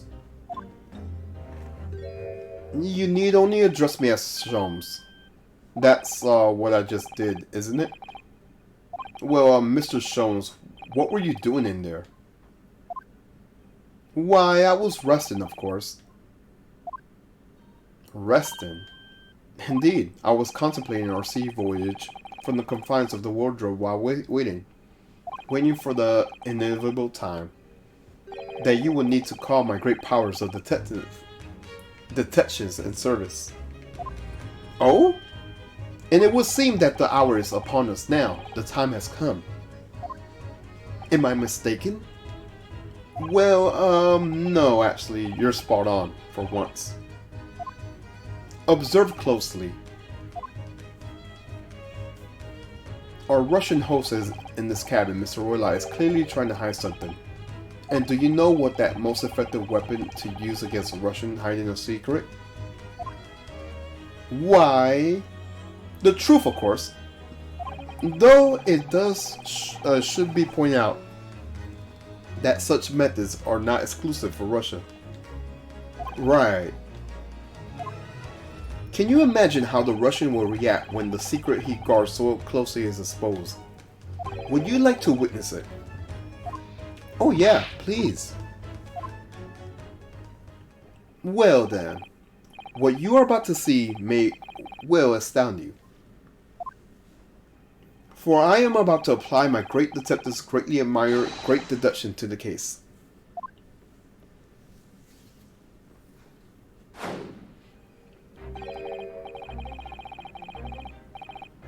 Could this man be a more hacking portrayal of a dubious Russian, I ask you? What? From time to time, it occurs to me. Is the fellow dubious of an account of a Russianness, or Russian of account of a dubiousness? What? I really don't think either of those things should be occurring to you, or anyone. That's right, and Mr. Sholmes. I know this man's beard and dark glasses are hard to ignore, especially on first meeting, but I once read, it is a capital mistake to theorize before you have all the evidence. It's biased the judgment. Shh! I must have complete silence. This guy. What are you doing? Why are you peering at my face like that? Ah, just as I thought. Yes, I have quite made up my mind now. There could be no other explanation that accommodates all the facts. Mr. Roylott, I have two incontrovertible conclusions. What do you mean? Number one, your true identity is that of a villain. Using those shears, you're about to end the existence of something must dear. Are you not? Huh? He's hiding the scissors. And number two, the other conclusion I draw. You are, at this very moment, no less, the midst of committing a most grievous crime.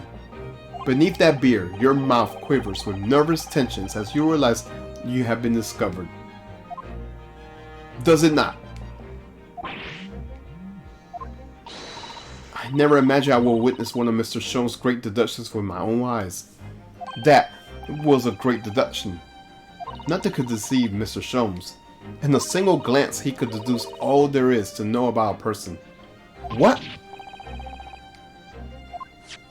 Oh yes, I read about it countless times in the adventures of Sherlock Sholmes, and now I experience the astonishing impact of this great deduction firsthand. This is like a dream come true. I can hardly believe it, but all the colors has drained from Mr. Roylot's face. It looks like somehow both of Mr. Sholmes' conclusions were right. How? How could you? How could I possibly know such things you wish to say? No, more like how dare you insult me. Very well then, I shall elucidate. I shall explain how it was that I arrived at these pair of conclusions. So do I cordially invite you to upon a journey of logical discovery. Let us board the train of reasoning.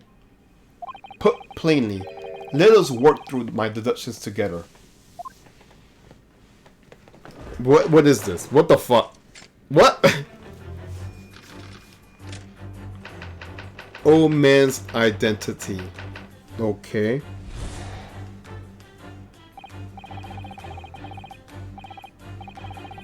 So the obvious dubious Russian, Mr. Roylott. Obviously, what catches the eye in the first place? It's the enormous pair of shears in your hand. Yes, we talked about that. Now we ask ourselves, what could you possibly want to do with such an implement?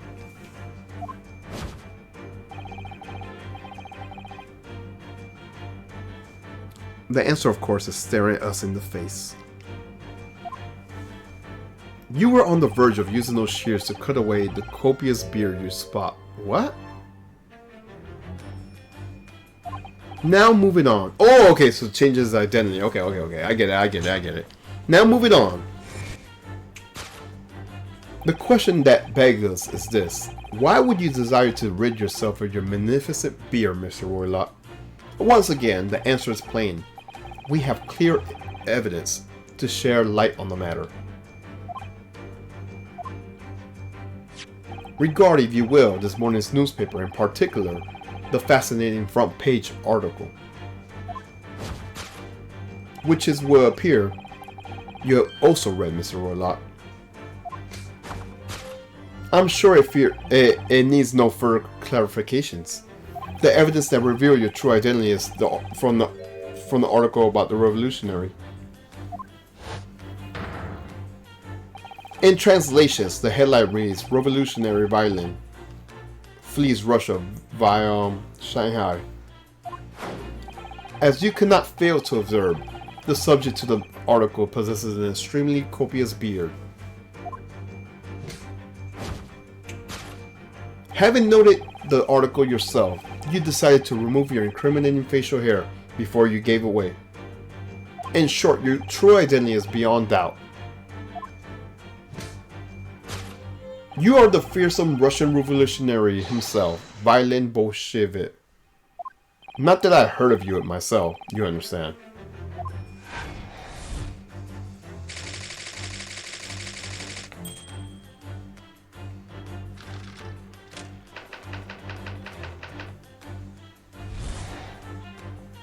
Now, as for my second conclusion,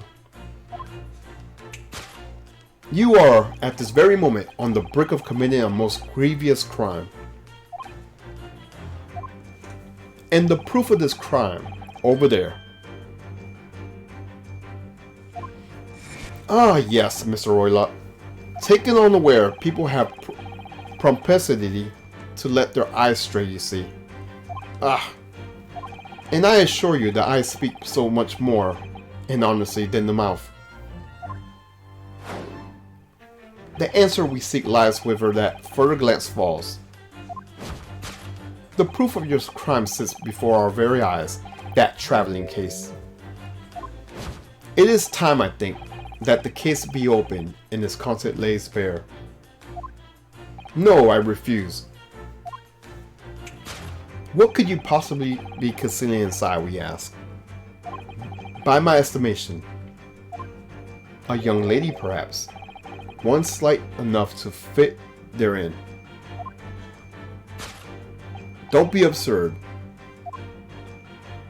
And what, pray, would be the identity of this young lady in this traveling case?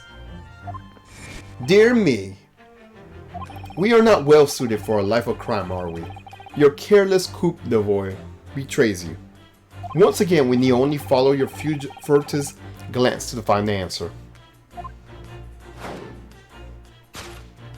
Yes, the reason you refuse to open your traveling case can equally be found in the pages of the newspaper. Oh, about the ballerina chick, right? For there is another most stimulating article on the back of it, yeah. If we turn from the fleeing revolutionary to the back page, renowned prima ballerina of the Novovich Ballet disappears from Shanghai.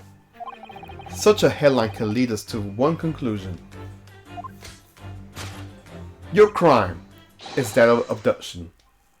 And according to the article, the young lady's name is Nikolina Pavlova. Kidnapping!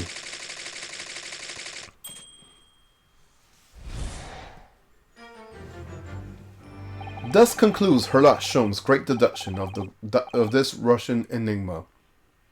Elemensky.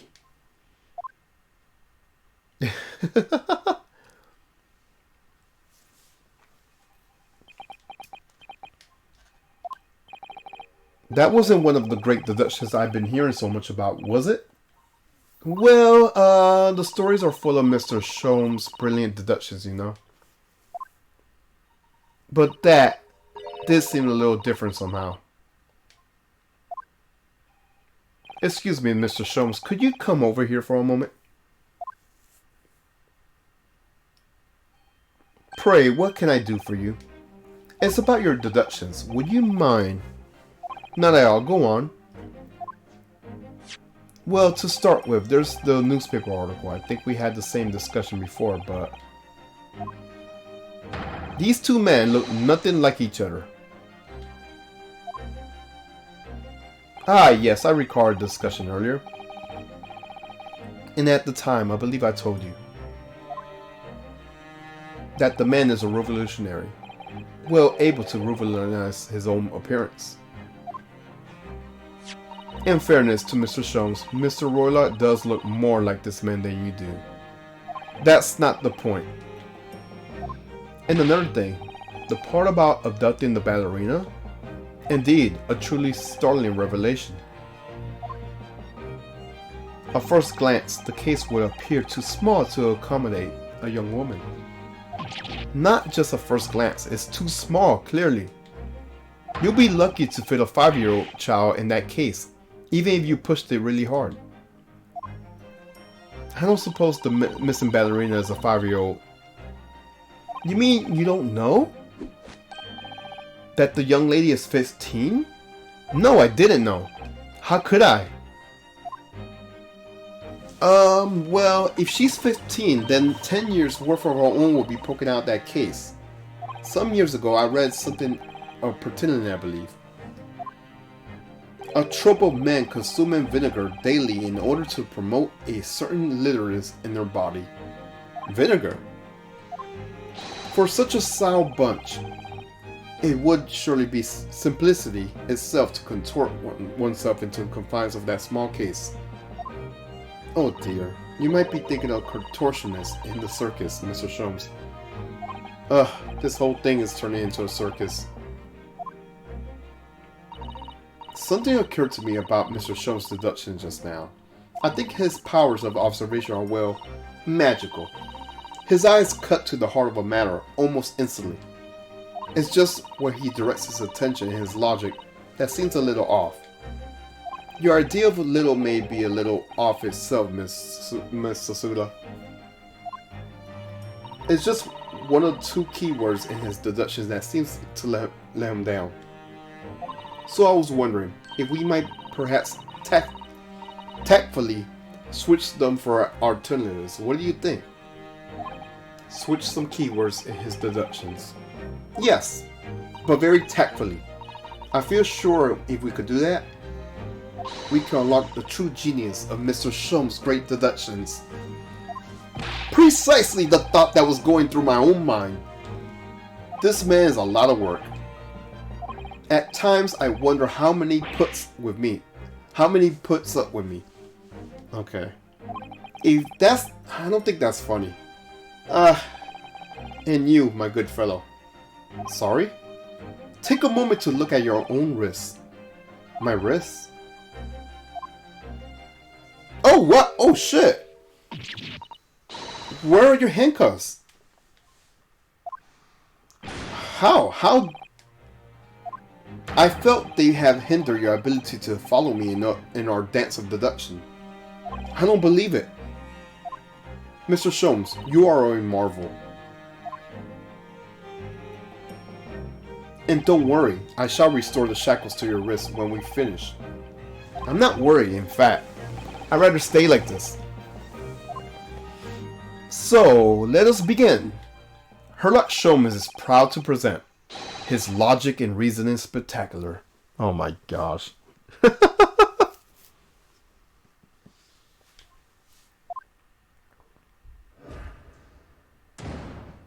Course correction. Hold it, Mr. Sholmes.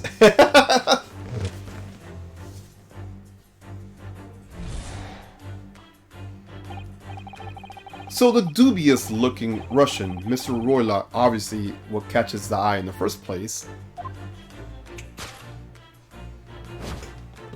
is the enormous pair of shears in his hand.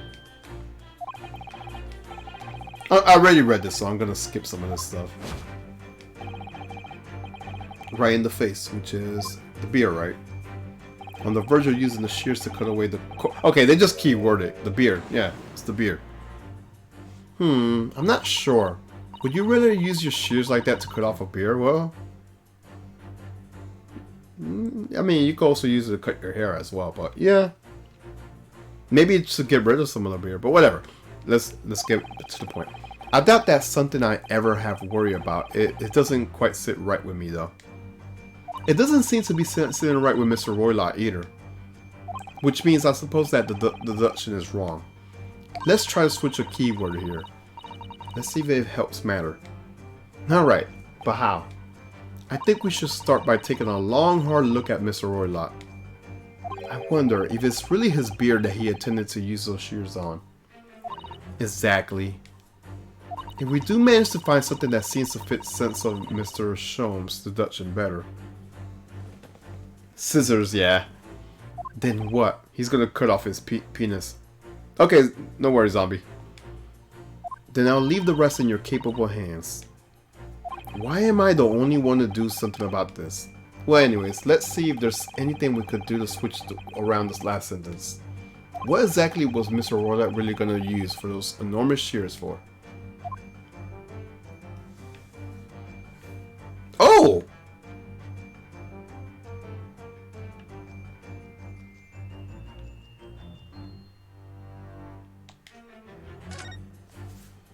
What the? What's this? I guess his hair. It has to be his hair. It looks like a cascade of stunning golden locks. No, the color is not the point. The point is, what's it doing on the back of Mr. Roylott's head? I just thought about something. What if... This is a good twist. This is actually a really good twist. Okay. Oh, shit. This is a really good twist. Oh. Well, yes, that's true. So it's stunningly beautiful and yeah, this has to be it. This is a really good twist. I didn't see this coming. Something's definitely not right here. I want to look... Oh, this is genius. This is actually quite genius. That's pretty genius. I like that. I know who this is. Yes!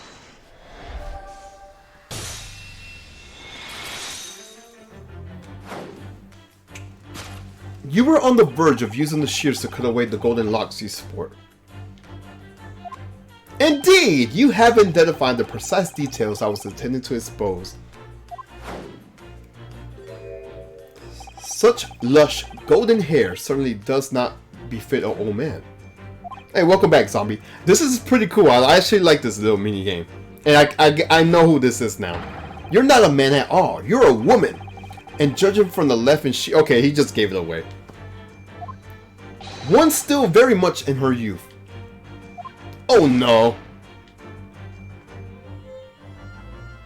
If only I had managed to cut off my hair, no one would have suspected. The question then begs is this: why would you desire to rid yourself of your magnificent locks? Once again, the answer is plain. We have clear evidence to shed light on the matter.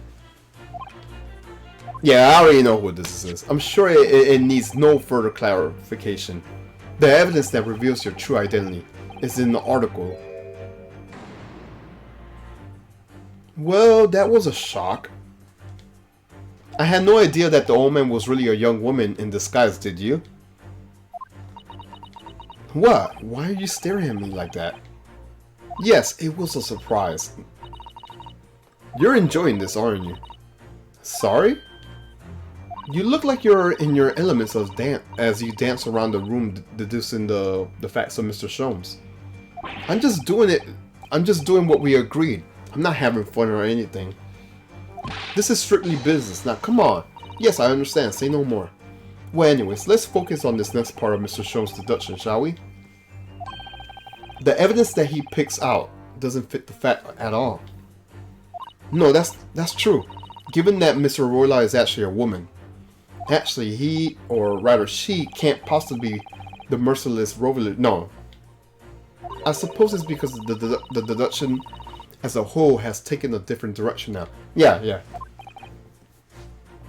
Look, let's stop beating around the bush. We know who it is. We know who that is. For some reason, this woman needs to be hiding her true identity. I feel as though I either read or heard about a young woman. Yes. Like I said, let's stop beating around the bush. We know who it is. We know who it is.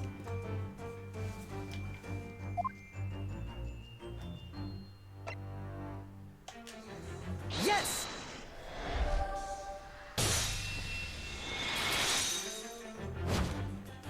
The evidence that reveals your true identity is the course of the article about the ballerina.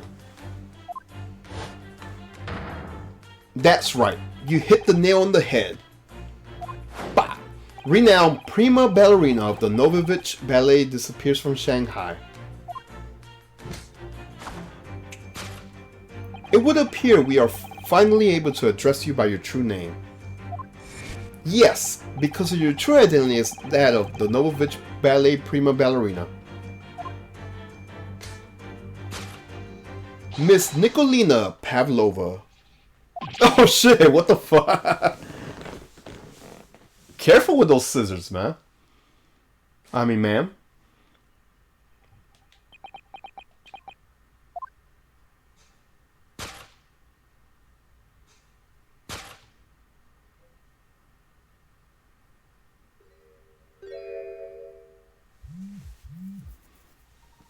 You're right. My real name is Nikolina Pavlova. But please, I beg you, don't tell anyone. That was a fun minigame. A ballerina on the run. Okay.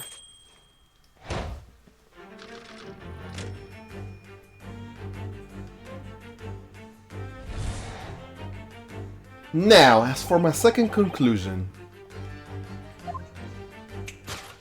You are, at this very moment, on the brink of committing a most grievous crime. I don't think it's that serious. Now that we changed the words around, I don't think it's that serious. And the proof of this crime, over there.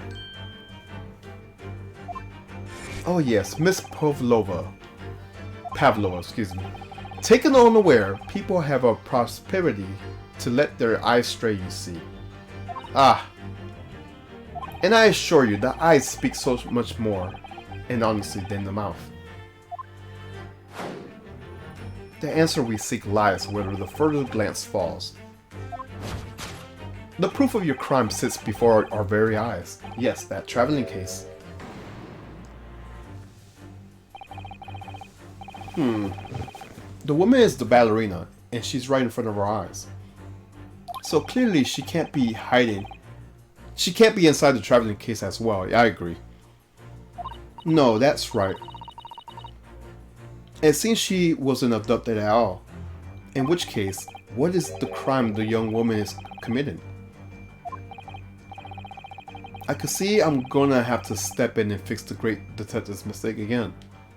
You seem to look pleased. Yeah, because Mr. Sholmes is kind of wrong. Do you like the idea of another chance to dance around with Mr. Sholmes? Stop it! Anyways, there must be something else that shows that what this woman is up to.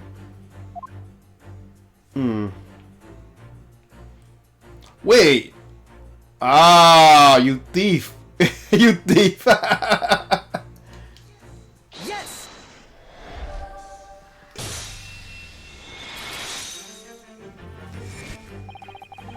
The proof of your crime is surely this tiara. Ah! I believe this tiara is worn on stage by dancers in the Novovich Ballet, is it not? Indeed, it will appear to be identical to the tiara pictured there in the newspaper article. And then the reporting to be believed an item worth 20,000 rubles. In summary, the crime you have committed is theft. Oh no. Yes, you left your ballet troupe unlawfully taking their precious tiara with you. Oh no!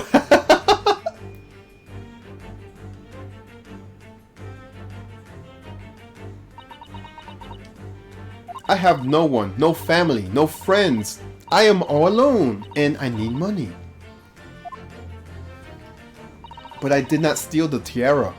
It was a present from, how do you say, a Proja? It belongs to me. This girl is only 15 years old, and she runs all by herself. She must have been extremely lonely.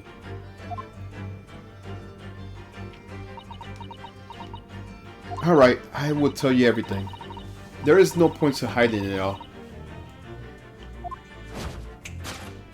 Come, let us not be hasty. What? There remains one unsolved mystery about you. Mystery? What do you mean? You have staunchly refused to open this traveling case of yours in the presence. It is reasonably to conclude, therefore, that is there some reason why you wish to remain closed.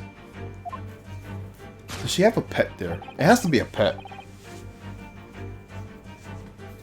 Because they mentioned that in the article that they can't have pets. And just like how Ryunosuke smuggled in. Anyways, let's see. Is that not so, Miss Pavlova? My dear girl, there is no sense in playing games with me. Nothing escapes my attention. Indeed, I have a very good idea of the contents of your case, even before I have laid eyes on them. Dear me! We are not as well suited to a life of crime, are we? Your careless coup d'oeil betrays you. Once again, we need only follow your furtive glance to find the answers. Yes, the reason why you refuse to open your case is written in the book on the shelf. Is it?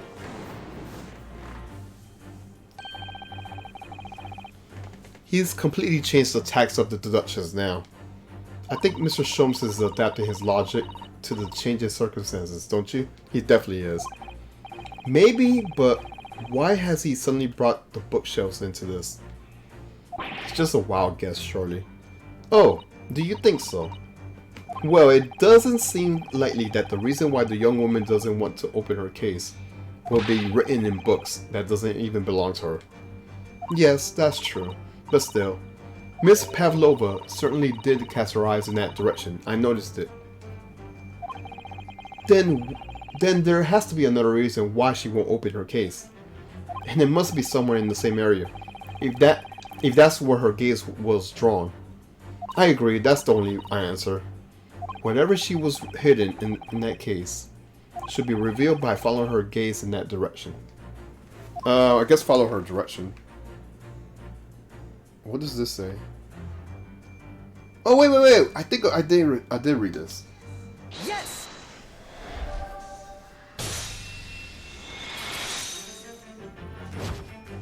Yes, the reason why you refuse to open your case is written on the rules of passage. Passengers must not keep weapons or dangerous objects in their cabins. Pets are strictly forbidden. Okay, she must have a pet. Inside the case of yours is something forbidden from carriage of this vessel.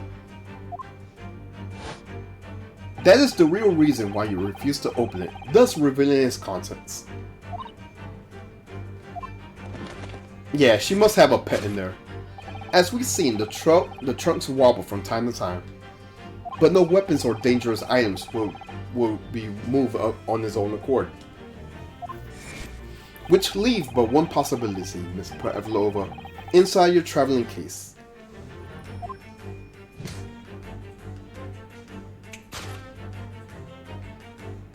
It's the last item as a forbidden in the vessel rules of passage. A pet.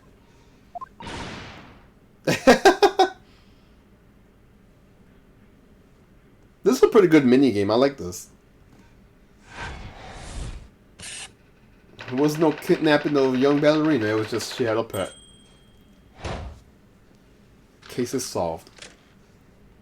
Deduction complete. Elementary, my dear. That was pretty fun. So clearly you aren't who you said you were. No, I am not Grimsby Roylott.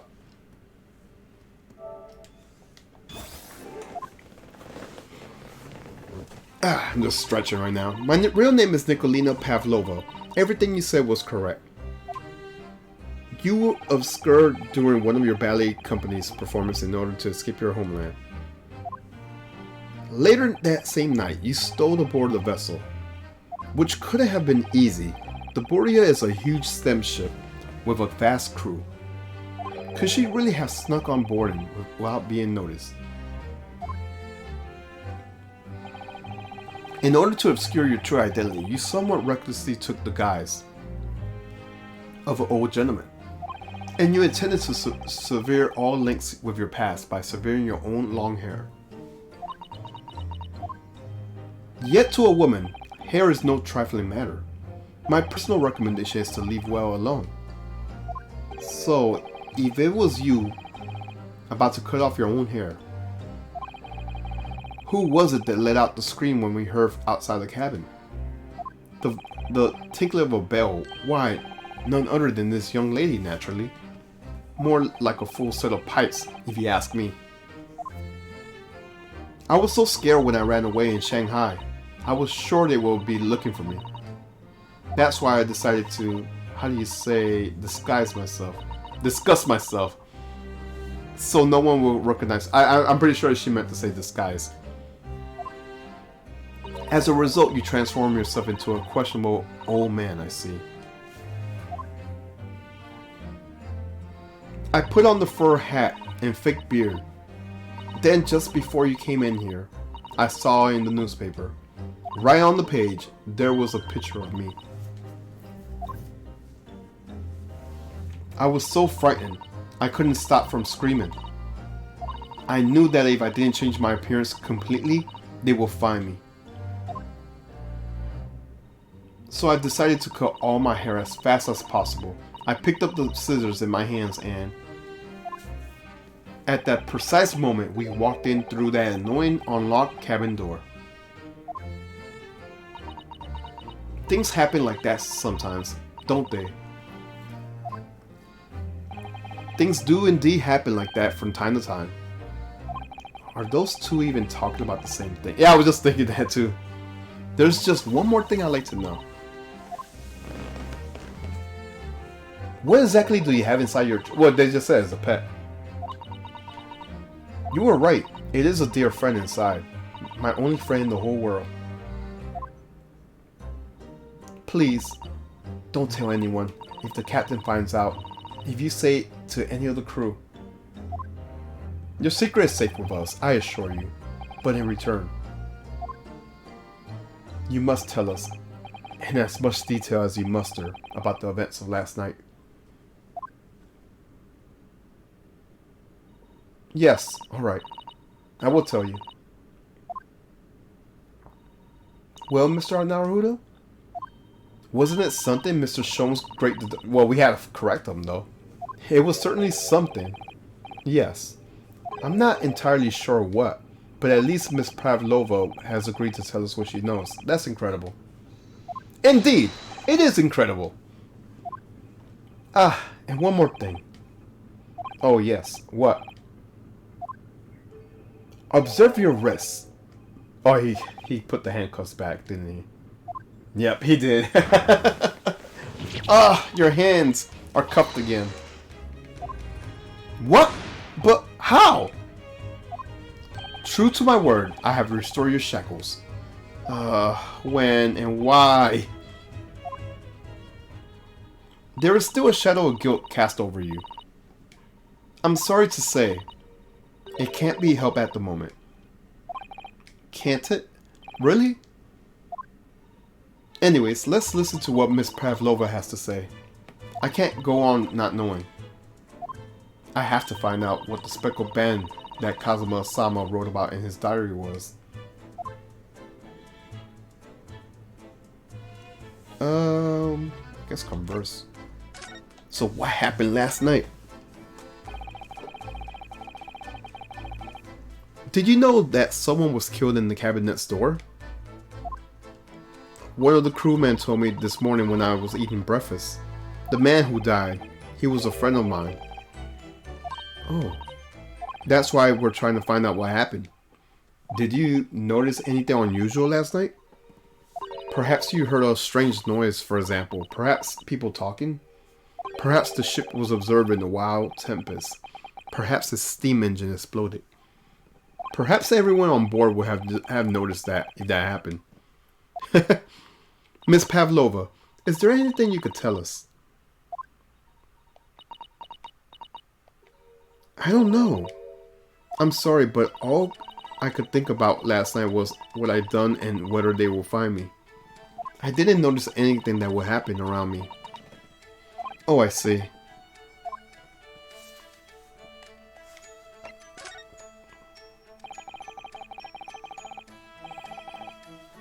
You run away from your ballet company, haven't you? The Novovich Ballet. Yes. I'm traveling to Great Britain, and from there, I want to go to America. I would never dance again. I want to forget everything about ballet. I will start a new life. You wish to forget a challenging proposition when you have that striking tiara as a reminder. But the tiara is mine. I need it to live.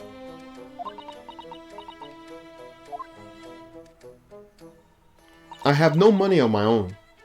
The Novovich Ballet gave us only a little food and water, and we must dance all over the world. I have to run away. I have no choice. If I stay, it would have killed me. So you ran away to protect yourself.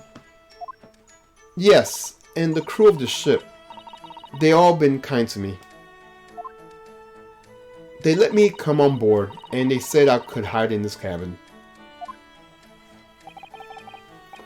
If that is indeed the truth, Miss Pavlova, it creates a most intriguing conundrum. Yes, it does. What do you think about it, Mr. Naruto? Me? Well, yes, of course. I think we should hear Miss Pavlova's explanation to what conundrum I'm not sure, but...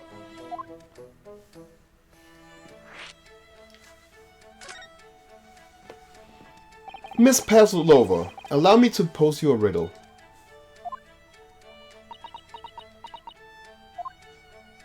According to this newspaper, it was only yesterday that you escorted from the bad lady. Now, that being the case, it must have been last night that you boarded this vessel. However, the SS Boreal stopped by no port last night. That's it, of course. That's the conundrum. So how is it, pray, that you come to be aboard?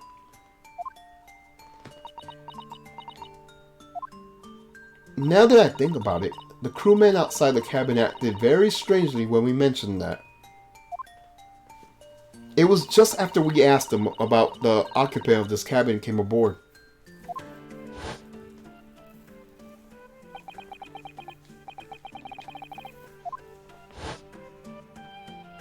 Yes, you're right. He did seem to be hiding something.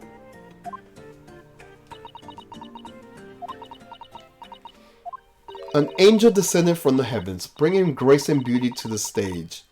Sorry? What was that? Is it how the Russian newspaper described one of my performances? And that is how I came here, too. I descended from the heavens, because I am an angel. Considering English is in your mother tongue, your description is very vivid. Mr. Sholmes once said, I never could resist a touch of the dramatic. It seems Miss Pavlova is the same. A genius descended from the heavens, bringing grace and beauty to the detection. Words once said about myself. A quote from a wonderfully extravagant advertisement for the adventures of Sherlock Sholmes. A fact. This guy. Yes, Mr. Shoei. Anyways, it doesn't look like Miss Pavlova is going to tell us what really happened. Alright, let's talk about this friend. The pet. So the friend you mentioned inside your traveling case, is that right? I don't think animals are allowed on board according to the rules of passage. Oh, please don't tell the crew. If they found my precious, then the burly Russians would bestow themselves into the unison to throw you and your case overboard, no doubt. So reassuring, Mr. Sholmes. But what sort of pet is your friend? A little puppy? Is it? No. Maybe an adorable little rabbit? No. Ha! You credit Russia as a land with small rabbits, do you? Oh, they don't have small rabbits there then? You may well ask. I have no idea. Ha! You two are miserable bunglers when it comes to understanding the natures of young ballerina friends. Isn't it obvious? It must be a chicken! Sure. Really? Consider the benefits. A rousing wake-up call, daily fresh eggs, and when adversely strikes, it will satisfy the needs of search's nets. Hey Luna! How you doing, Luna? Hope you're doing well.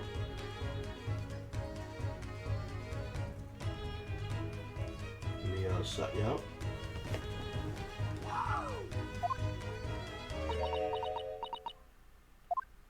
Well, it would appear this friend identity is closely guarded secret not to be revealed. Ah, ha ha ha, this guy. She obviously doesn't quite trust us yet. There's something I should like to show her, I think. Maybe she might be able to shed some light on it. What should we do?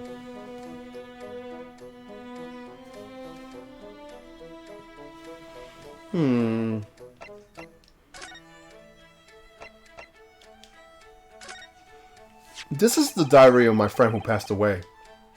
His diary? Yes, and he wrote in it last night before he died, something a little unusual. It reads, 1:23 a.m. I could hear the faint whistling sound. And there's a few minutes later, 1:35 a.m. What looks like a speckled band is dangling from the ventilator grill. A speckled band? I don't understand. It's strange, isn't it? But the ventilator he mentions joins to this cabin, you see. It's up there on the wall. In other words, this cabin and the victim's cabin are connected together. Oh! Miss Pavlova, has something occurred to you? Does the speckled band the victim mentioned mean something to you? Or the whistling sound, perhaps? No. I don't know anything. Oh. Damn, I was really hoping she did. Oh,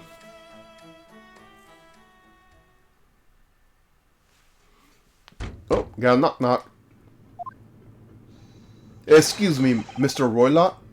Yes? Well, oh my gosh, she just quit. Wow, she's fast, exactly. Captain would like to speak with you. You must come to Captain's quarter at once. Please. Alright, I will come now.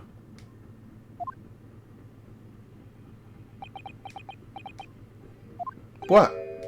You must leave, now. Oh no, it's fine. Don't mind us. Yes, please don't worry yourself, Mr. Roylott. Get out! The passenger said out, or you want me to throw you out? It looks like we'll have to leave investigating this cabin until later. What a pity. Yeah, we was getting somewhere.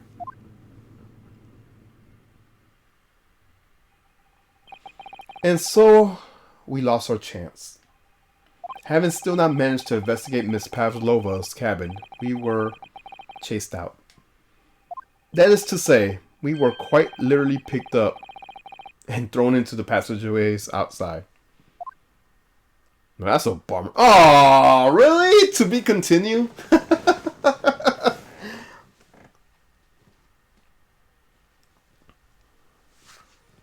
Yes, I'm gonna save. This is getting good. This is getting really good. Plus, we have to find out who killed our friend.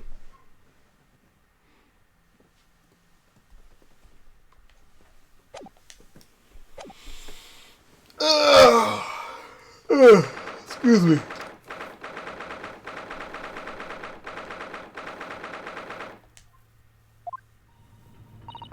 I'm actually gonna stop here.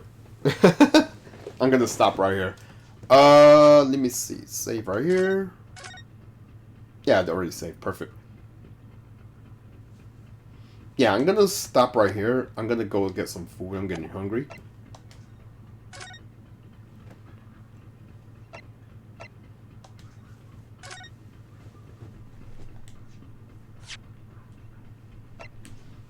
I don't know if anyone's streaming. Let me see.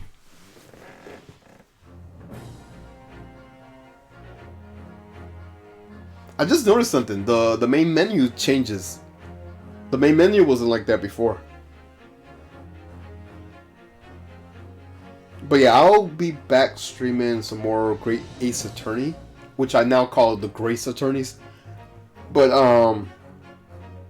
I'll continue to stream more of this tomorrow. It's a good way to catch up since I haven't streamed since I think Monday was the last time I streamed. I don't see no one streaming right now, so I'll probably wrap up right here. But yeah, I hope you guys enjoyed the Grace Attorney Chronicles. And hopefully I'll catch you guys tomorrow. Peace.